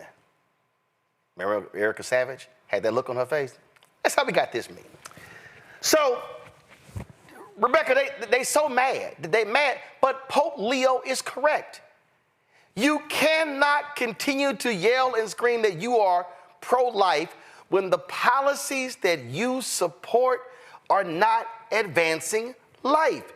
People die in this country because of food insecurity. People die in this country because they are homeless. People die in this country because of lack of access to health care. And these same right-wingers just love themselves some death penalty, but they real quiet when black folks are being unarmed black people being shot and killed. No, they are anti-abortion. They are not pro-life. Pope Leo is 100% correct. Roland, I love facts. And the reason why I love facts is women have been having abortions since the beginning of time. Catholicism has only been around for roughly 2,000-ish years. And of that nearly 2,000-ish years, it wasn't until 1983 where the Catholic Church actually put into canon, put into Catholic law, that you could be excommunicated for procuring or having an abortion. So you mean to tell me for nearly 2,000 years in the Catholic Church, you weren't excommunicated because you got an abortion, but now in 1983, all of a sudden, oops, we forgot about that the last 2,000 years. So all these people who are talking online, they clearly don't know what they're talking about, but also, quite frankly, according to their own Bible, they're going to hell anyway, because 1 John says you can't have hate in your heart. So for all these people espousing hate, that means you can't love God. If you can't love God, you ain't going to heaven. So I guess enjoy hell. Joy? I mean, I couldn't say it better. I mean, the fact of the matter is, as I said earlier, I don't know what version. I mean, the rest of us are reading a different Bible, right? I don't know. They had the Charlie Kirk version. I really don't know. These things, the things that they're advocating are against God as it is presented to us in the Christian Bible that they say that they believe in. Pope Leo is the head of the Catholic Church. He has spoken. We hear him. Frankly, it's the thing that the last Pope said about how you treat immigrants. It's the thing that Pope said before then, how you treat the stranger, how you treat the least of these. Pope Leo is bringing a new voice. But frankly, you know, we've been saying for a long time that when you are pro-life, you got to be pro the entire life. It's not just how you treat women and children, it's how you treat the elderly. Mm-hmm. The cuts that the Republicans are making are also going to hurt Medicare. The government shutdown might interrupt, delay, and certainly confuse and scare a lot of people who are on Social Security. When you care about life, you care about the entire life of the person. Otherwise, we have to call you out on your bullshit. It is not only our right to do so, it is our duty to do so. And anyone who's, you know, that's why people sometimes walk away from the church, because they see so much hypocrisy. That is what we're seeing now. And frankly, one good thing about Donald Trump is I think he's going to bring a lot of people back in alignment with their faith and their values, whether it's Christianity or whatever religion, or even just a humanist. You don't believe in God, but you believe in the importance of the human race. Well, I think it's going to bring people back into their values. I'm not buying. And I think that's important. I'm not buying he's going to do that, because I think these right wingers, they are celebrating a Jesus that really don't exist, Randy. But I think it's important we use that language. Well, no. But my point is, these right wingers, they are celebrating white Christian nationalism, Randy. They ain't celebrating the Jesus that we know to be true. They absolutely are not celebrating Jesus. I don't believe it's possible to be a white supremacist and celebrate Jesus at the same time. They conflict. They completely conflict, because Jesus was about accepting and loving all people. And as we have all said on the panel, these people are filled with hate, and everything that they do seems to be oppressing others, not loving others, casting out everyone that is different from them. So you can not only celebrate one type of person, namely white people, and then call yourself a kin or loving or respectful of Jesus. The two cannot coexist. White supremacy and a love of Jesus and his principles are completely opposite from each other and cannot coexist. And they're not using, I don't even believe that they believe what they're saying. I believe, again, that they're using it as a tool to manipulate people. They know when they mention the Bible or Jesus or love, that people will listen. And that's all they want people to do, is listen and follow their dogma and agenda. And they're actually shocked and appalled when someone like the Pope, like Pope Leo, actually is serious about Christianity and is speaking the word of the Bible. They don't want that from him. They just want him to speak, like you said, the Christian nationalism that they want. Well, I love how Matt Walsh sits here and goes, well, God favored the death penalty. It's in the Bible. And so when I saw that, I immediately thought about this scene from The West Wing when President Jed Bartlett actually raised those questions. Watch. I call myself Gary with a G. How else would you spell Gary? No other way. I'm saying that's what I call myself. Gary with a G, talking to you on KADRAM. Like Liza with a Z. Exactly. Hokey? Maybe so. But I have 900,000 listeners in the Rocky Mountain region. Would you excuse me? Excuse me, ladies and gentlemen. Ladies and gentlemen, the President of the United States. Thank you very much. Thanks a lot. I wish I could spend more than a few minutes with you, but the polls don't close in the East for another hour, and there are plenty of election results still left to falsify. You know, with so many people participating in the political and social debate through call-in shows, it's a good idea to be reminded every once in a while. It's a good idea to be reminded of the awesome impact.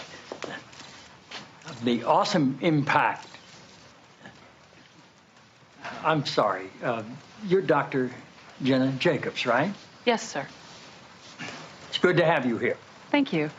The awesome impact of the airwaves and how that translates into the furthering of our national discussions, but obviously also how it can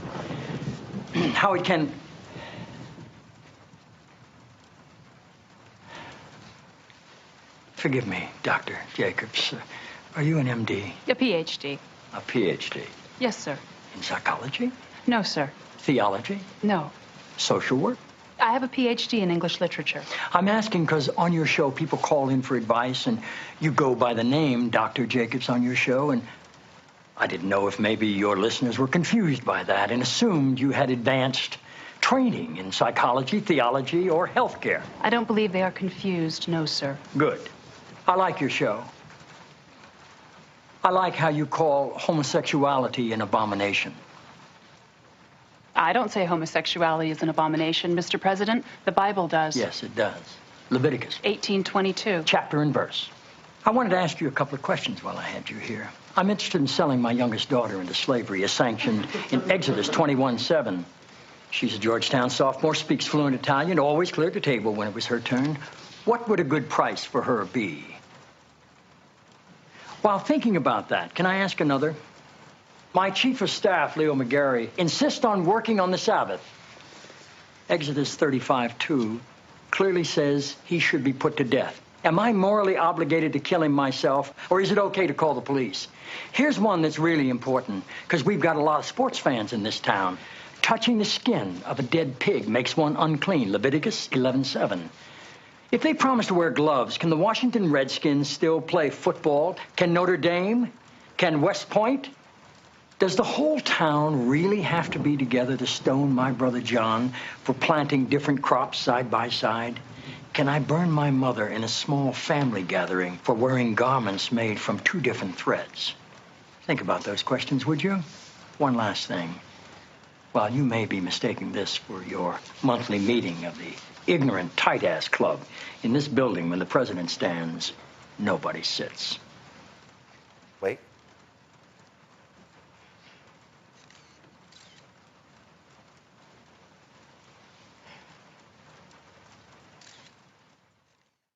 Oh, I love that scene. Why is that important? Because, see, when these right-wing evangelicals say, well, God said this in the Bible, yes, but the Bible also said all the things that he just said there as well. So how do they respond to that? Do they say, oh, that's the Old Testament. Jesus came in the New Testament. Well, then what? The Bible also says that Jesus came to affirm the Old Testament. See, this is where they get so confused. This is what they cannot stand.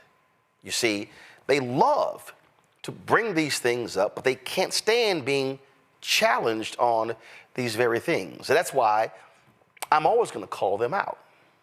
You cannot say that, oh, I believe that everybody should accept Jesus Christ as their Lord and Savior. Okay, so if you put someone to death, then they never have an opportunity to actually accept Jesus Christ as their Lord and Savior. So don't you think if they continue to live, even if they are locked up in prison for the rest of their lives, that they have an opportunity to actually do that so they will never have to, in the afterlife, be damned because they can't be accepted into heaven. Am I correct on the scripture there, folks? See, this is the problem with these right-wingers, that they don't want to deal with it. See, what they want to be is they want to be vengeful, but also hateful. See, again, they want to be anti-abortion because they just absolutely believe in the fetus in the womb.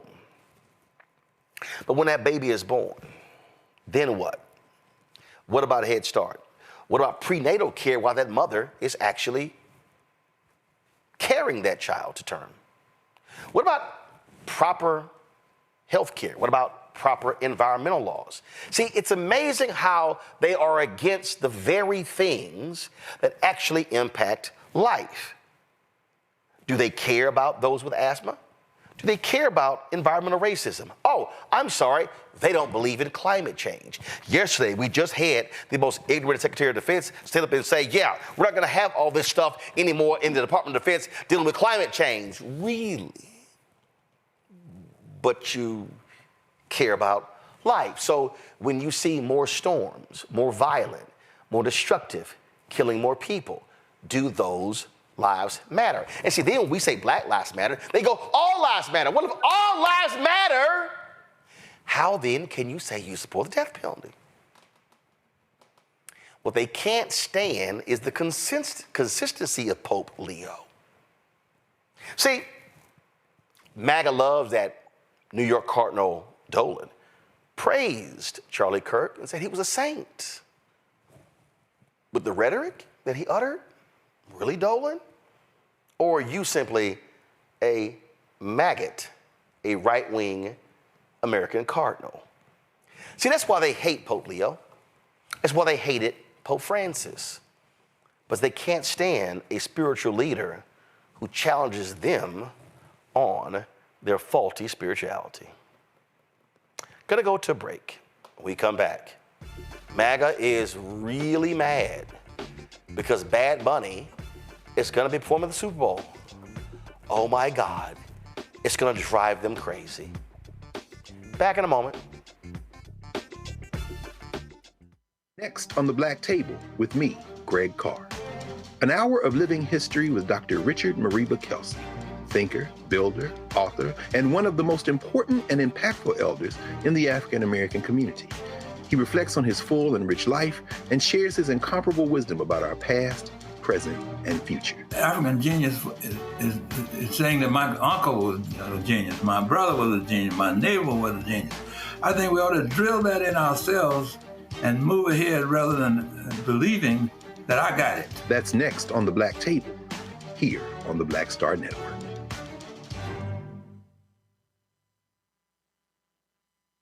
This week on The Other Side of Change. Charlie Kirk, gun violence in America, and how the nation has responded in the week since. In many ways, it's become very, very toxic, a witch hunt, really attacking anyone who's not mourning this man. What we're seeing right now is the weaponization of selective compassion, and people will so often don't say anything about the crisis of gun violence. We're going to dig into all of it, what this means for the state of gun violence and the state of free speech. You're watching The Other Side of Change only on the Black Star Network. Hello, I'm Paula J. Parker. Truly proud on the Proud Family, Louder and Prouder on Disney+. And you're watching Roland Martin, Unfiltered.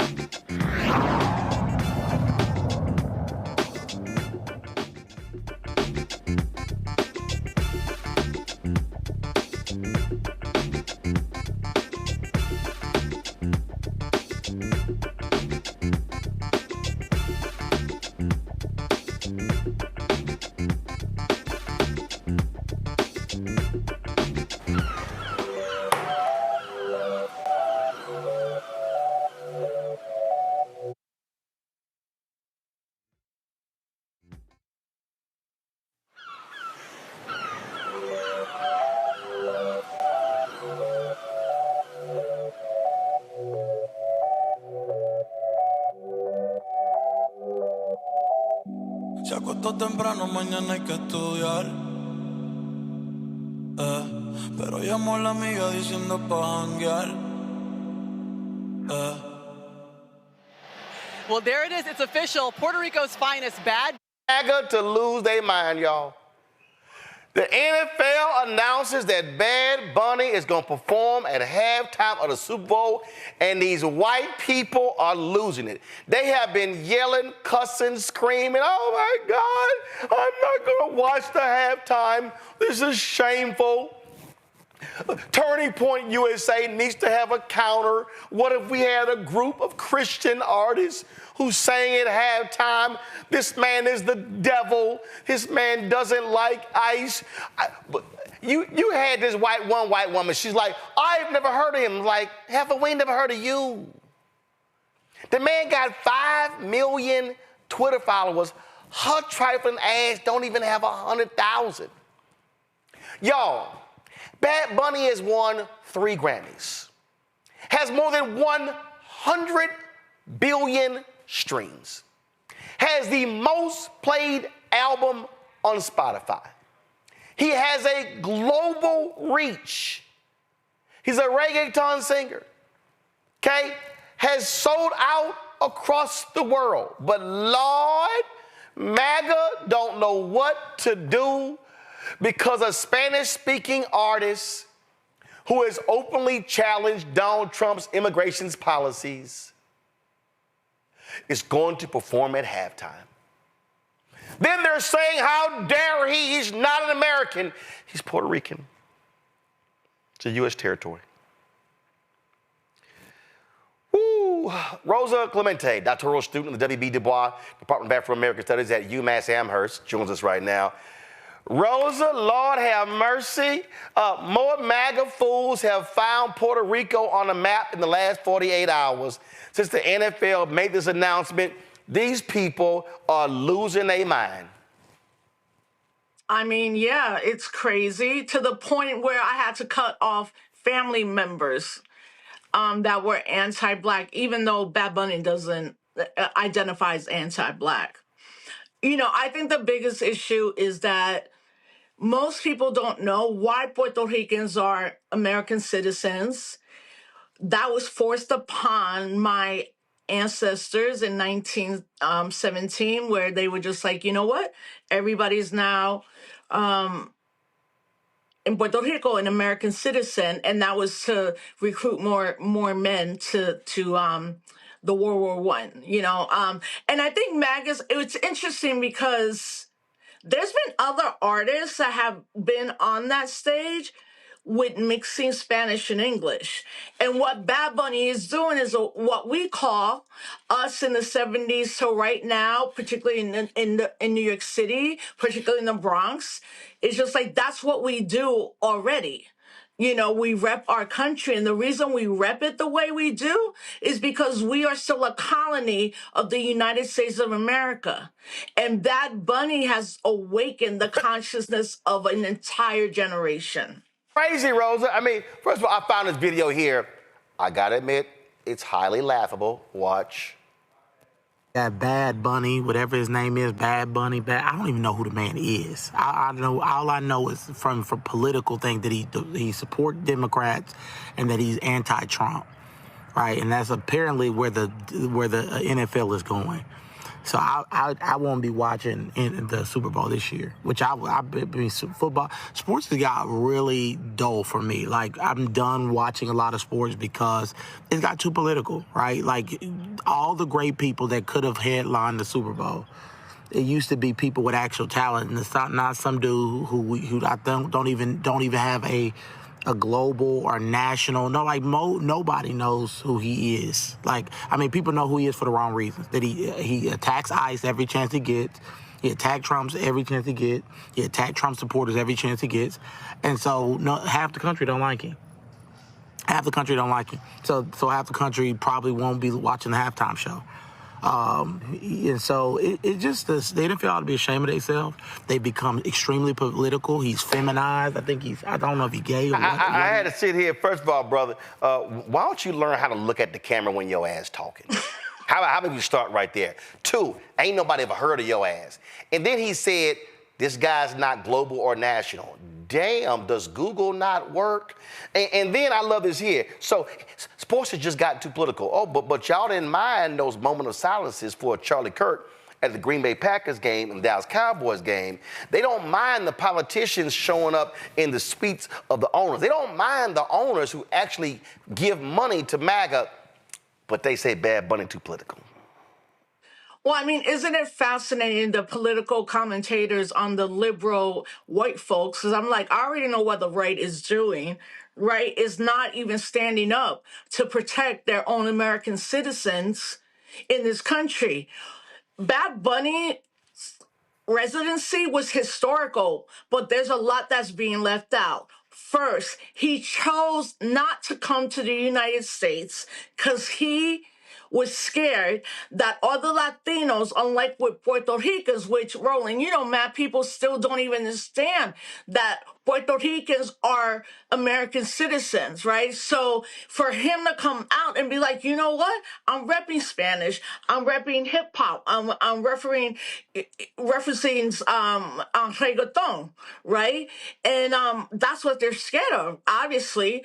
Also, what Bad Bunny has done is really awaken an entire new generation of consciousness post Hurricane Irma and Hurricane Maria.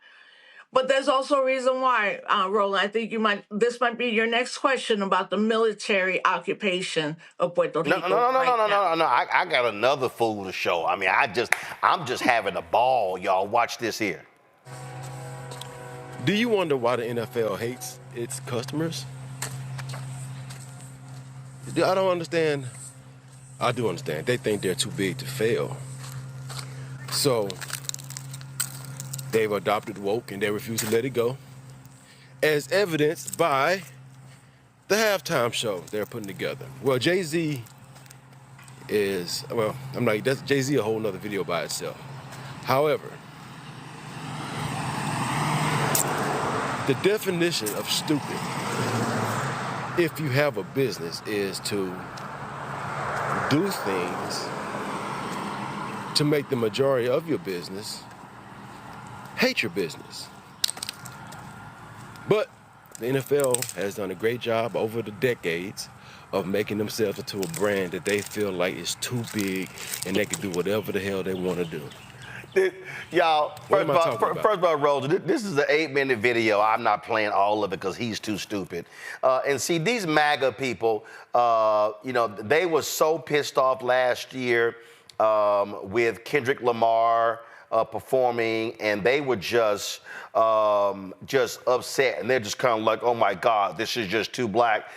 What are they doing? They're running off their audience, and then they were just like, this is just too much, and I don't know what we should do, and no one's gonna watch, and I don't. Yeah, no. Go to my iPad. Kendrick Lamar's 2025 Super Bowl halftime show is now the most watched of all time. 133.5 million viewers, drawing a larger audience than the Super Bowl itself. See, Rosa, this is what white MAGA and these individuals, I call them the help, these blackface MAGAs don't understand. The Super Bowl. Hold on, Rosa, hold on. The Super Bowl is not solely a United States game. The NFL is trying to be global. They played a game in Belfast, Ireland. They're playing games in London. These idiots don't even understand the Spanish-speaking population of the world. And so, hello, they ain't just focusing on some white hicks in the South. They're trying to be global. Go ahead. I mean, that's what it is. It's not we're trying, we are global. And what Bunny's representing, Bad Bunny's representing, it's just not like the colony of the United States, Puerto Rico. There's a reason why he's a #1 global star. There's a reason why when you see reports from the extinction, genocide of what's happening to our Palestinian brothers and sisters, they are referring to his song, and the song literally means like, I don't want them to do to Puerto Rico what they did to Hawaii. And I think part of it too, Roland, is like, there's a lot of people that just don't understand how Puerto Rican people became U.S. citizens. And that happened, and the United States needed more soldiers. But the most important contemporary thing that we can see right now is in Puerto Rico right now, while Bad Bunny was doing his show, 90 miles away, Arroyo, Puerto Rico, we have 2 ships, naval marine officers, 4,500, and every day there are military exercises. Why? Because that's why they made Puerto Rico a colony. It gives the United States a strategic way to get to the rest of Latin America. And today, Maduro, the president of Venezuela, we all have our understanding or angry with him, but we know when they go to invade Venezuela and lie about the last 8 people they killed, citizens, is they need Puerto Rico to go do that work. Right, I'm sorry, but the same thing is we're celebrating Bad Bunny, and we're also want to like highlight what a colony looks like, but also that because of Bad Bunny and a lot of folks, Puerto Rico's going to be free a lot sooner than I ever thought it was going to be free. Right. Rebecca, I saw this tweet from Eric Erickson that I thought was laughable. He said, the Super Bowl halftime has been awful for the last several years. Rebecca, it's only gotten bigger and bigger and bigger. So I'm like, what the hell are y'all talking about? And see, Rebecca, what they really want, they're like, why can't Jason Aldean perform? Why can't we? Because guess what? Because ain't nobody trying to watch Jason Aldean perform at halftime. Sorry, I remember. I forgot the Super Bowl I went to. I think it was in Miami. It was when the Saints played the Colts. I think the Who performed. God, that was boring. Rebecca, your thoughts? Well, thank you so much. What I'm really hoping that Bad Bunny does, like, it will be incredible if he does a show live from Puerto Rico, but understanding that he'll probably do it live. Oh, hell no. He's gonna be in Santa Clara. Let's be real clear. He's gonna be in a stadium. He's gonna be in Santa Clara, California. Rebecca, go ahead. But symbolically, I hope he brings Puerto Rico to California. And I hope he really digs into the indigenous culture of Puerto Rico, because a lot of people assume, because of Spanish speakers, that there is some connection to Spain, but I really want to see the indigenous roots. I hope his entire performance is not in English, and I'm very excited about it. And I appreciate people like Taylor Swift who made it known, hey, I'm not going to be performing at this next halftime show. No offense to Taylor, but we want to see the people. Like, we don't need to see the Who. We don't need to see Wonder Bread artists right now. We actually need to see artists that embrace the multiculturalism of our country. Well, first of all, here's the deal, Rosa. I mean, I don't care if Taylor Swift performs. I'm fine.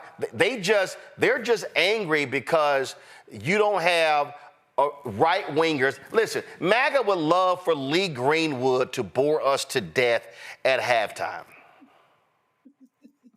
Well, look, first he's doing the whole show in Spanish, but he's also doing it in what we call Spanglish. And I also think people in this country are not aware that like 70 million Hispanics, Latino folks are in this country, and how half of them alone don't speak Spanish just around colonialism, right? So I'm happy he's going to do that. As someone that doesn't like football, a brutal sport, I understand the influence, what Kendrick did last year, what Puerto Rico's doing right now. And it goes back again to the fact that, listen, in 2019, where protests and demonstrations were building, started with La Colectiva Feminista, the feminist collective, to oust the governor, Ricardo Rosselló, and his entire administration, because there was 889 texts sent about folks that were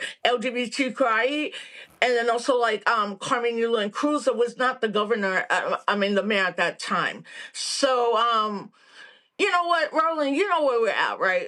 I mean, these folks are coming after us whether we're black or brown. It's not going to make a difference if any of us are like, oh, I'm a black Puerto Rican. No, I'm Taino. And these are good things. But if you don't have the politics, you're not going to understand that. And I also think, look, he's being who he is. Right. I mean, but that song, when you listen to it, it reminds me, honestly, of when I've watched documentaries of Africans in the United States of America that were trying to flee slavery, and the songs, the lament, the thing at the end. I'm like, nobody's done that. And he is like every young person who's a Boricua from 1 to 40 in this world.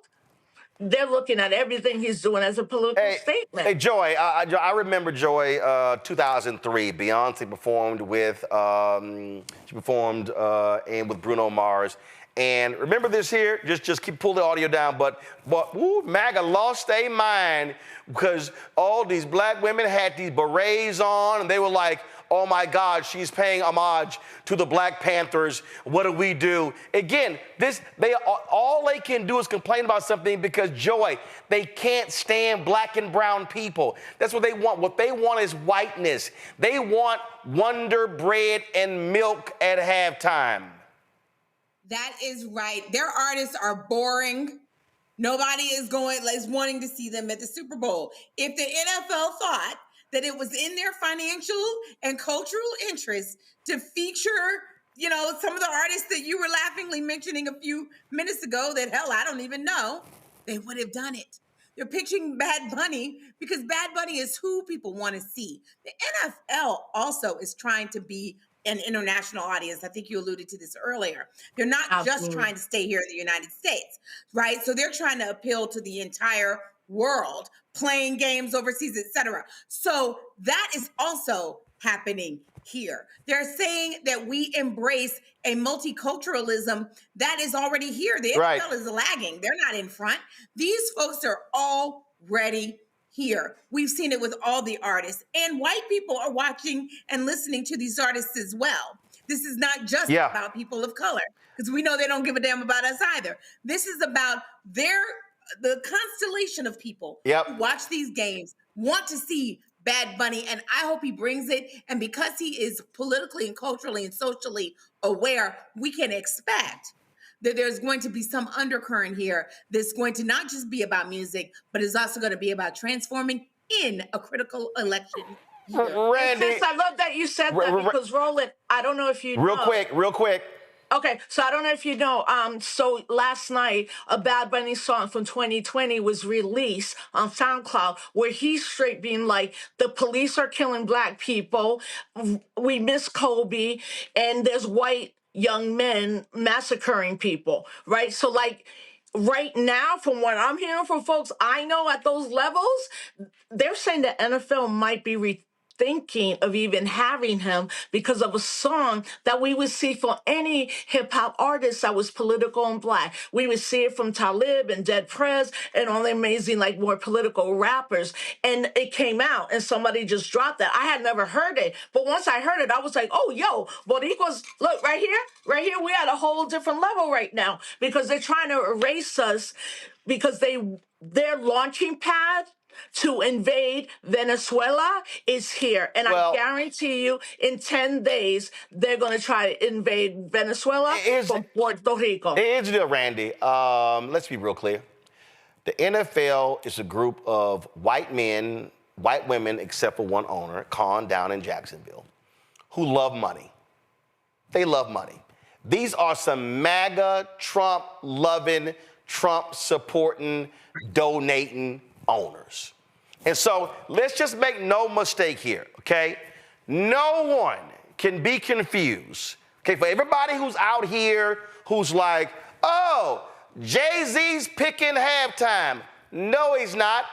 Jay-Z's recommending the artist at halftime. If you think for a second that Roger Goodell and the NFL office did not vet Bad Bunny and check everything out, you're crazy. And these owners, because I remember, with Kendrick, well, some owners, they weren't happy. Bullshit. When them ratings dropped, they were happy. You know why? Because the NFL, y'all, just in case any of y'all want to understand, DeMaurice Smith talked about it on the Breakfast Club. And guess what?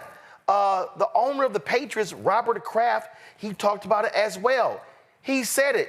The NFL practices socialism because that's what the NFL is. They actually share money. They share revenue. These owners know what they're doing. These owners are all about the money. They are about getting paid. They are about making more money. They don't give a damn if MAGA's upset because you know what they want to see? They want to see Latinos, brown people. They want to see them buying product. They want to see them buying jerseys. They want to see them buying beer at the game. And matter of fact, if y'all out there think that I'm lying, here's Robert Kraft on CNBC, and wait until you hear the white anchor stop him from talking about socialism. Listen.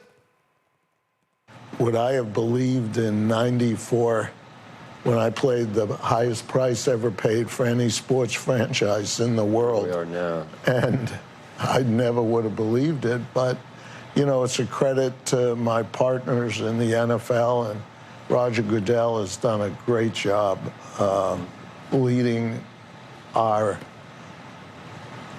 NFL, and we work, it's almost a socialist system of we're partners, and together... Don't say that. Don't say anything good is happening with social, or else he's going to get more votes down here in New York. No, but I mean that in a way. It's the spirit of, it's the most competitive business there is, how bad, what people do to win, but we're partners, and we have to come together. See, Joe Kernan right there, Randy. Joe Kernan didn't want the truth being told. Hey, man, don't bring, we dealing with Mom Donna here in New York. Don't say socialist. But he's right. The NFL is the biggest sports league in America, $25 billion. They're the only sports league that competes with Jesus. Churches will shut down early on Sundays because folks are going to watch the game. So let's be real clear. The NFL, they ain't backing out of this here. They love the controversy because they want the ratings to explode. And you know what that means? That means that whoever has the NFL game is selling out of the ad units. It means that for Apple Music, which is now sponsor of the halftime show, used to be Pepsi, it's going to be even bigger. They know the streams, the purchases of Bad Bunny are going to explode before, during, and after the game. This is American capitalism, and they don't give a damn if MAGA is upset because they're sitting here saying, count the money, Randy. So they so-called hate DEI, but they love DEI at halftime, and they love DEI in the first half and the second half when it's making these white folks money. Right. And Hold on, Rosa. Randy, go. But it is about making money. And what they get that seems like MAGA doesn't get is that they have to give the world what the world wants to see because they're in the business of making money.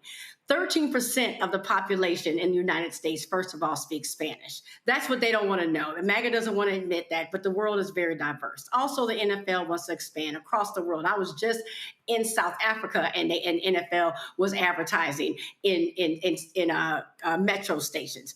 Also, what's interesting to me is how MAGA is so ignorant when it comes to who a U.S. citizen is. They try to make these points, but they do it from an ignorant place. Bad Bunny is a U.S. citizen, but guess who wasn't? That Shania Twain, not a U.S. citizen. The Coldplay, not U.S. citizens. U2, not U.S. citizens. Rolling Stones, not U.S. citizens. All people who performed at the Super Bowl halftime shows before. They didn't have problems with them because they look what these ignorant folks think Americans or U.S. citizens should look like. But Bad Bunny does not because of the way he looks and the language that is his first language. And so all they're doing is showing their racism as they always end up doing. But the thing is, I've always told people, MAGA is divided into two people. They're the very rich ones, the billionaires, and then the very racist ones. And sometimes they are divided because the rich ones are not going to give into their racism and lose money. They're going to make their money. And that's exactly why that choice was made for Bad Bunny in the NFL. Rosa, final comment.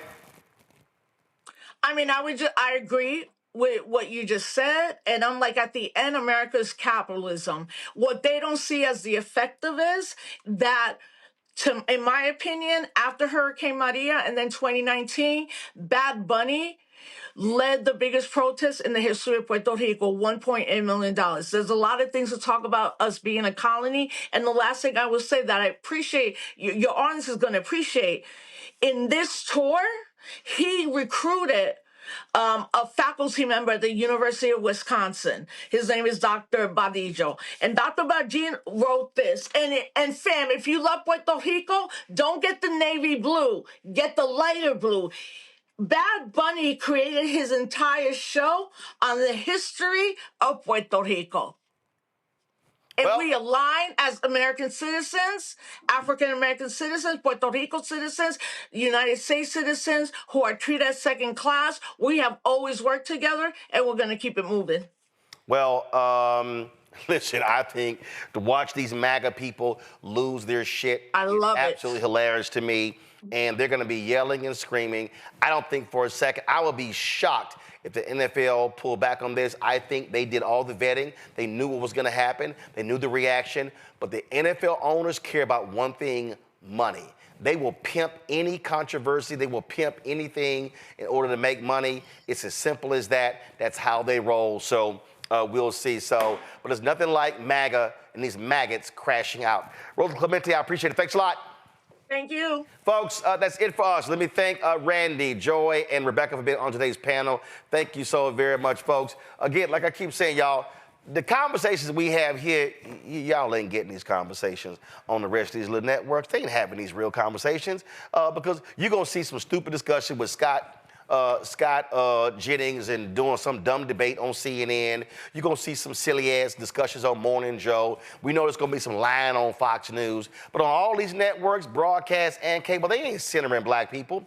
That's what we do here every single day with Roland Martin Unfiltered. That's what we do with Greg Carr's show, Reverend Dr. Jackie Hood Martin's show. That's what we see with The Other Side of Change, with Bria and Jamira. And we got a couple of new shows that we're working on. Y'all, bottom line is your support is critical. Because listen, these folks ain't dropping money on here. Listen, the YouTube charts came out again. We are the only black news show, the only black news show on YouTube's top 100 podcasts. That's it. We the only one. Everybody else black, sports, entertainment. You got Neil deGrasse Tyson, his science thing. That's it. We the only ones. We're the only ones on there. That's why your support is critical. That's why we need you to watch. And let me explain to y'all. We have the app. I need y'all to watch on YouTube because we generate more revenue there. That's what helps us pay for all of this, okay? So watch on YouTube, share our videos, spread them around, post them on your social, push people back to watch our YouTube channel because, y'all, this is about building this network out. I'm telling y'all, we launched on 2 shows. I'm working all day today. We got a daily midday news show coming. We got another weekly show coming from a bad sister. I cannot wait for us to drop those. We're working on the health show. We're working on the business show for 2026. All those things are happening because we understand. Captain Hughes coined the phrase years ago, information is power. And unfortunately, what we're seeing from African Americans and for so many other these sources, and I love sports, I love entertainment, but y'all, we gotta be informed. We gotta know what's going on. We gotta know who's running for office. We gotta know what they stand for. We gotta know about contracts. We gotta know about all these things. And so we are about providing that information to you every single day. So when we ask for your support, this ain't begging, because it's a deal. This is no different than having a subscription. We purposely are not charging people like a Patreon, $5.99, $6.99, $7.99, $10.99 a month. You go. And again, I ain't got nothing against everybody else. When I saw the New York Times article saying Joe Budden's podcast does $20 million a year, I would love for this show to do $20 million a year. Because you know what that means? That would mean I could hire 50 more people. I could literally go out and hire reporters, producers, writers. We can have full health care, dental, benefits. I'm just being straight up, y'all. What we have built in 7 years is something nobody else in black-owned media has done, and people told me this was going to fail. Folks told me I was going to lose my $350,000 investment in this year. Because see, y'all, the first year and a half, We had small amounts of money in YouTube coming in. I took $350,000 of my own money to make sure that our staff was paid. And we launched this show. We had one sponsor. We launched this show. That money lasted us from August through December 2018. Our folks never got paid late. Not one day, not 1 hour, not 1 minute, not 1 second. So the donations of our team has made this happen. And understand something. It's real simple. It's real simple. It's a whole bunch of other people out there that have failed. It's a bunch of mainstream. I tell you about the recount. They raised $32 million and they went bust in December 2022. And they launched the same time we did. They raised $32 million and lasted 4 years. And so, this is why it's important for you to support us. We're trying to raise $1 million between now and December 31st. We launched this effort on September 4th. We've raised $250,000 already. Your investment is important. We're 25% there. And I'm telling y'all, the stuff that we are playing is going to blow you away. New daily midday news show, another weekly show, a business show, a health show, plus we're completely retooling blackstarnetwork.com to be a news portal. What we are doing is what black people say we need, but we can't say we need something if we ain't willing to pay for it. Because if we're willing to pay for Starbucks coffee and bags and shoes and stuff along those lines, and then we complain about, oh my God, why didn't we know these things? It's because we're being force-fed sports entertainment all day. Oh, the right wing? Oh, they got Republican billionaires cutting them checks. Breitbart, Daily Wire, Daily Signal, Daily Caller, all these right-wing people, PragerU, all these people, they got right-wing billionaires cutting them 5, 7, 10. Listen, it was a Pakistani Iranian who gave $15 million to Tucker Carlson to start his company after he got fired at Fox. And Fox did to pay him off, he got millions. I ain't have millions after getting fired. Didn't have it. My point is, the stuff that we are playing, it's about educating and empowering our people. To support what we do, Cash App, use a Stripe QR code. See at the bottom left-hand corner. That's also the credit card as well. PayPal's R. Martin Unfiltered. Venmo is RM Unfiltered. Zelle, Roland at RolandSMartin.com. Roland at RolandMartinUnfiltered.com. Check your money order. Make it payable to Roland Martin Unfiltered. P.O. Box 57196, Washington, D.C.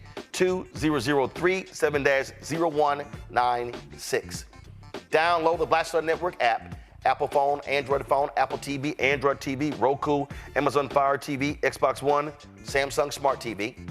Be sure to get a copy of my book, White Fear, How the Browning of America is Making White Folks Lose Their Minds, available at bookstores nationwide. Also, if you want to get our Roland Martin Unfiltered Black Star Network swag, you can do so by going to shopblackstarnetwork.com. T-shirts, hoodies, wall art, mugs, you name it, we got it right there. The QR code's there as well. Just take your phone, open your camera, point into that QR code, tap it, boom, you're good. If you want to get our black-owned products, everything you see to my left right here. See these products right here, y'all? Okay, we got the car solution to clean your car. We've got juices. We've got relishes. We've got sauces. We've got workout products for your hair. We got skin care. All this, backpacks, black crossword puzzles, black-owned toilet paper. Everything you see right here, black-owned products, go to shopblackstarnetwork.com. You see it right here. This is the webpage. You see the T-shirts. You see the products. Keep scrolling. You see all of these things at shopblackstarnetwork.com. Go there right now. And don't forget, download the app, Fanbase Show. Download the app. That's a black-owned social media app. And so it combines Instagram, Clubhouse. They're going to be adding a feature like Twitter. All of that right there on Fanbase. Go to startengine.com/fanbase. If you want to invest, $13.2 million is raised. The goal's raised $17 million. They're almost there. So if you want to invest, get more information. Folks, that's it. I'll see you tomorrow right here. Roland Martin Unfiltered on the Black Star Network. Holla!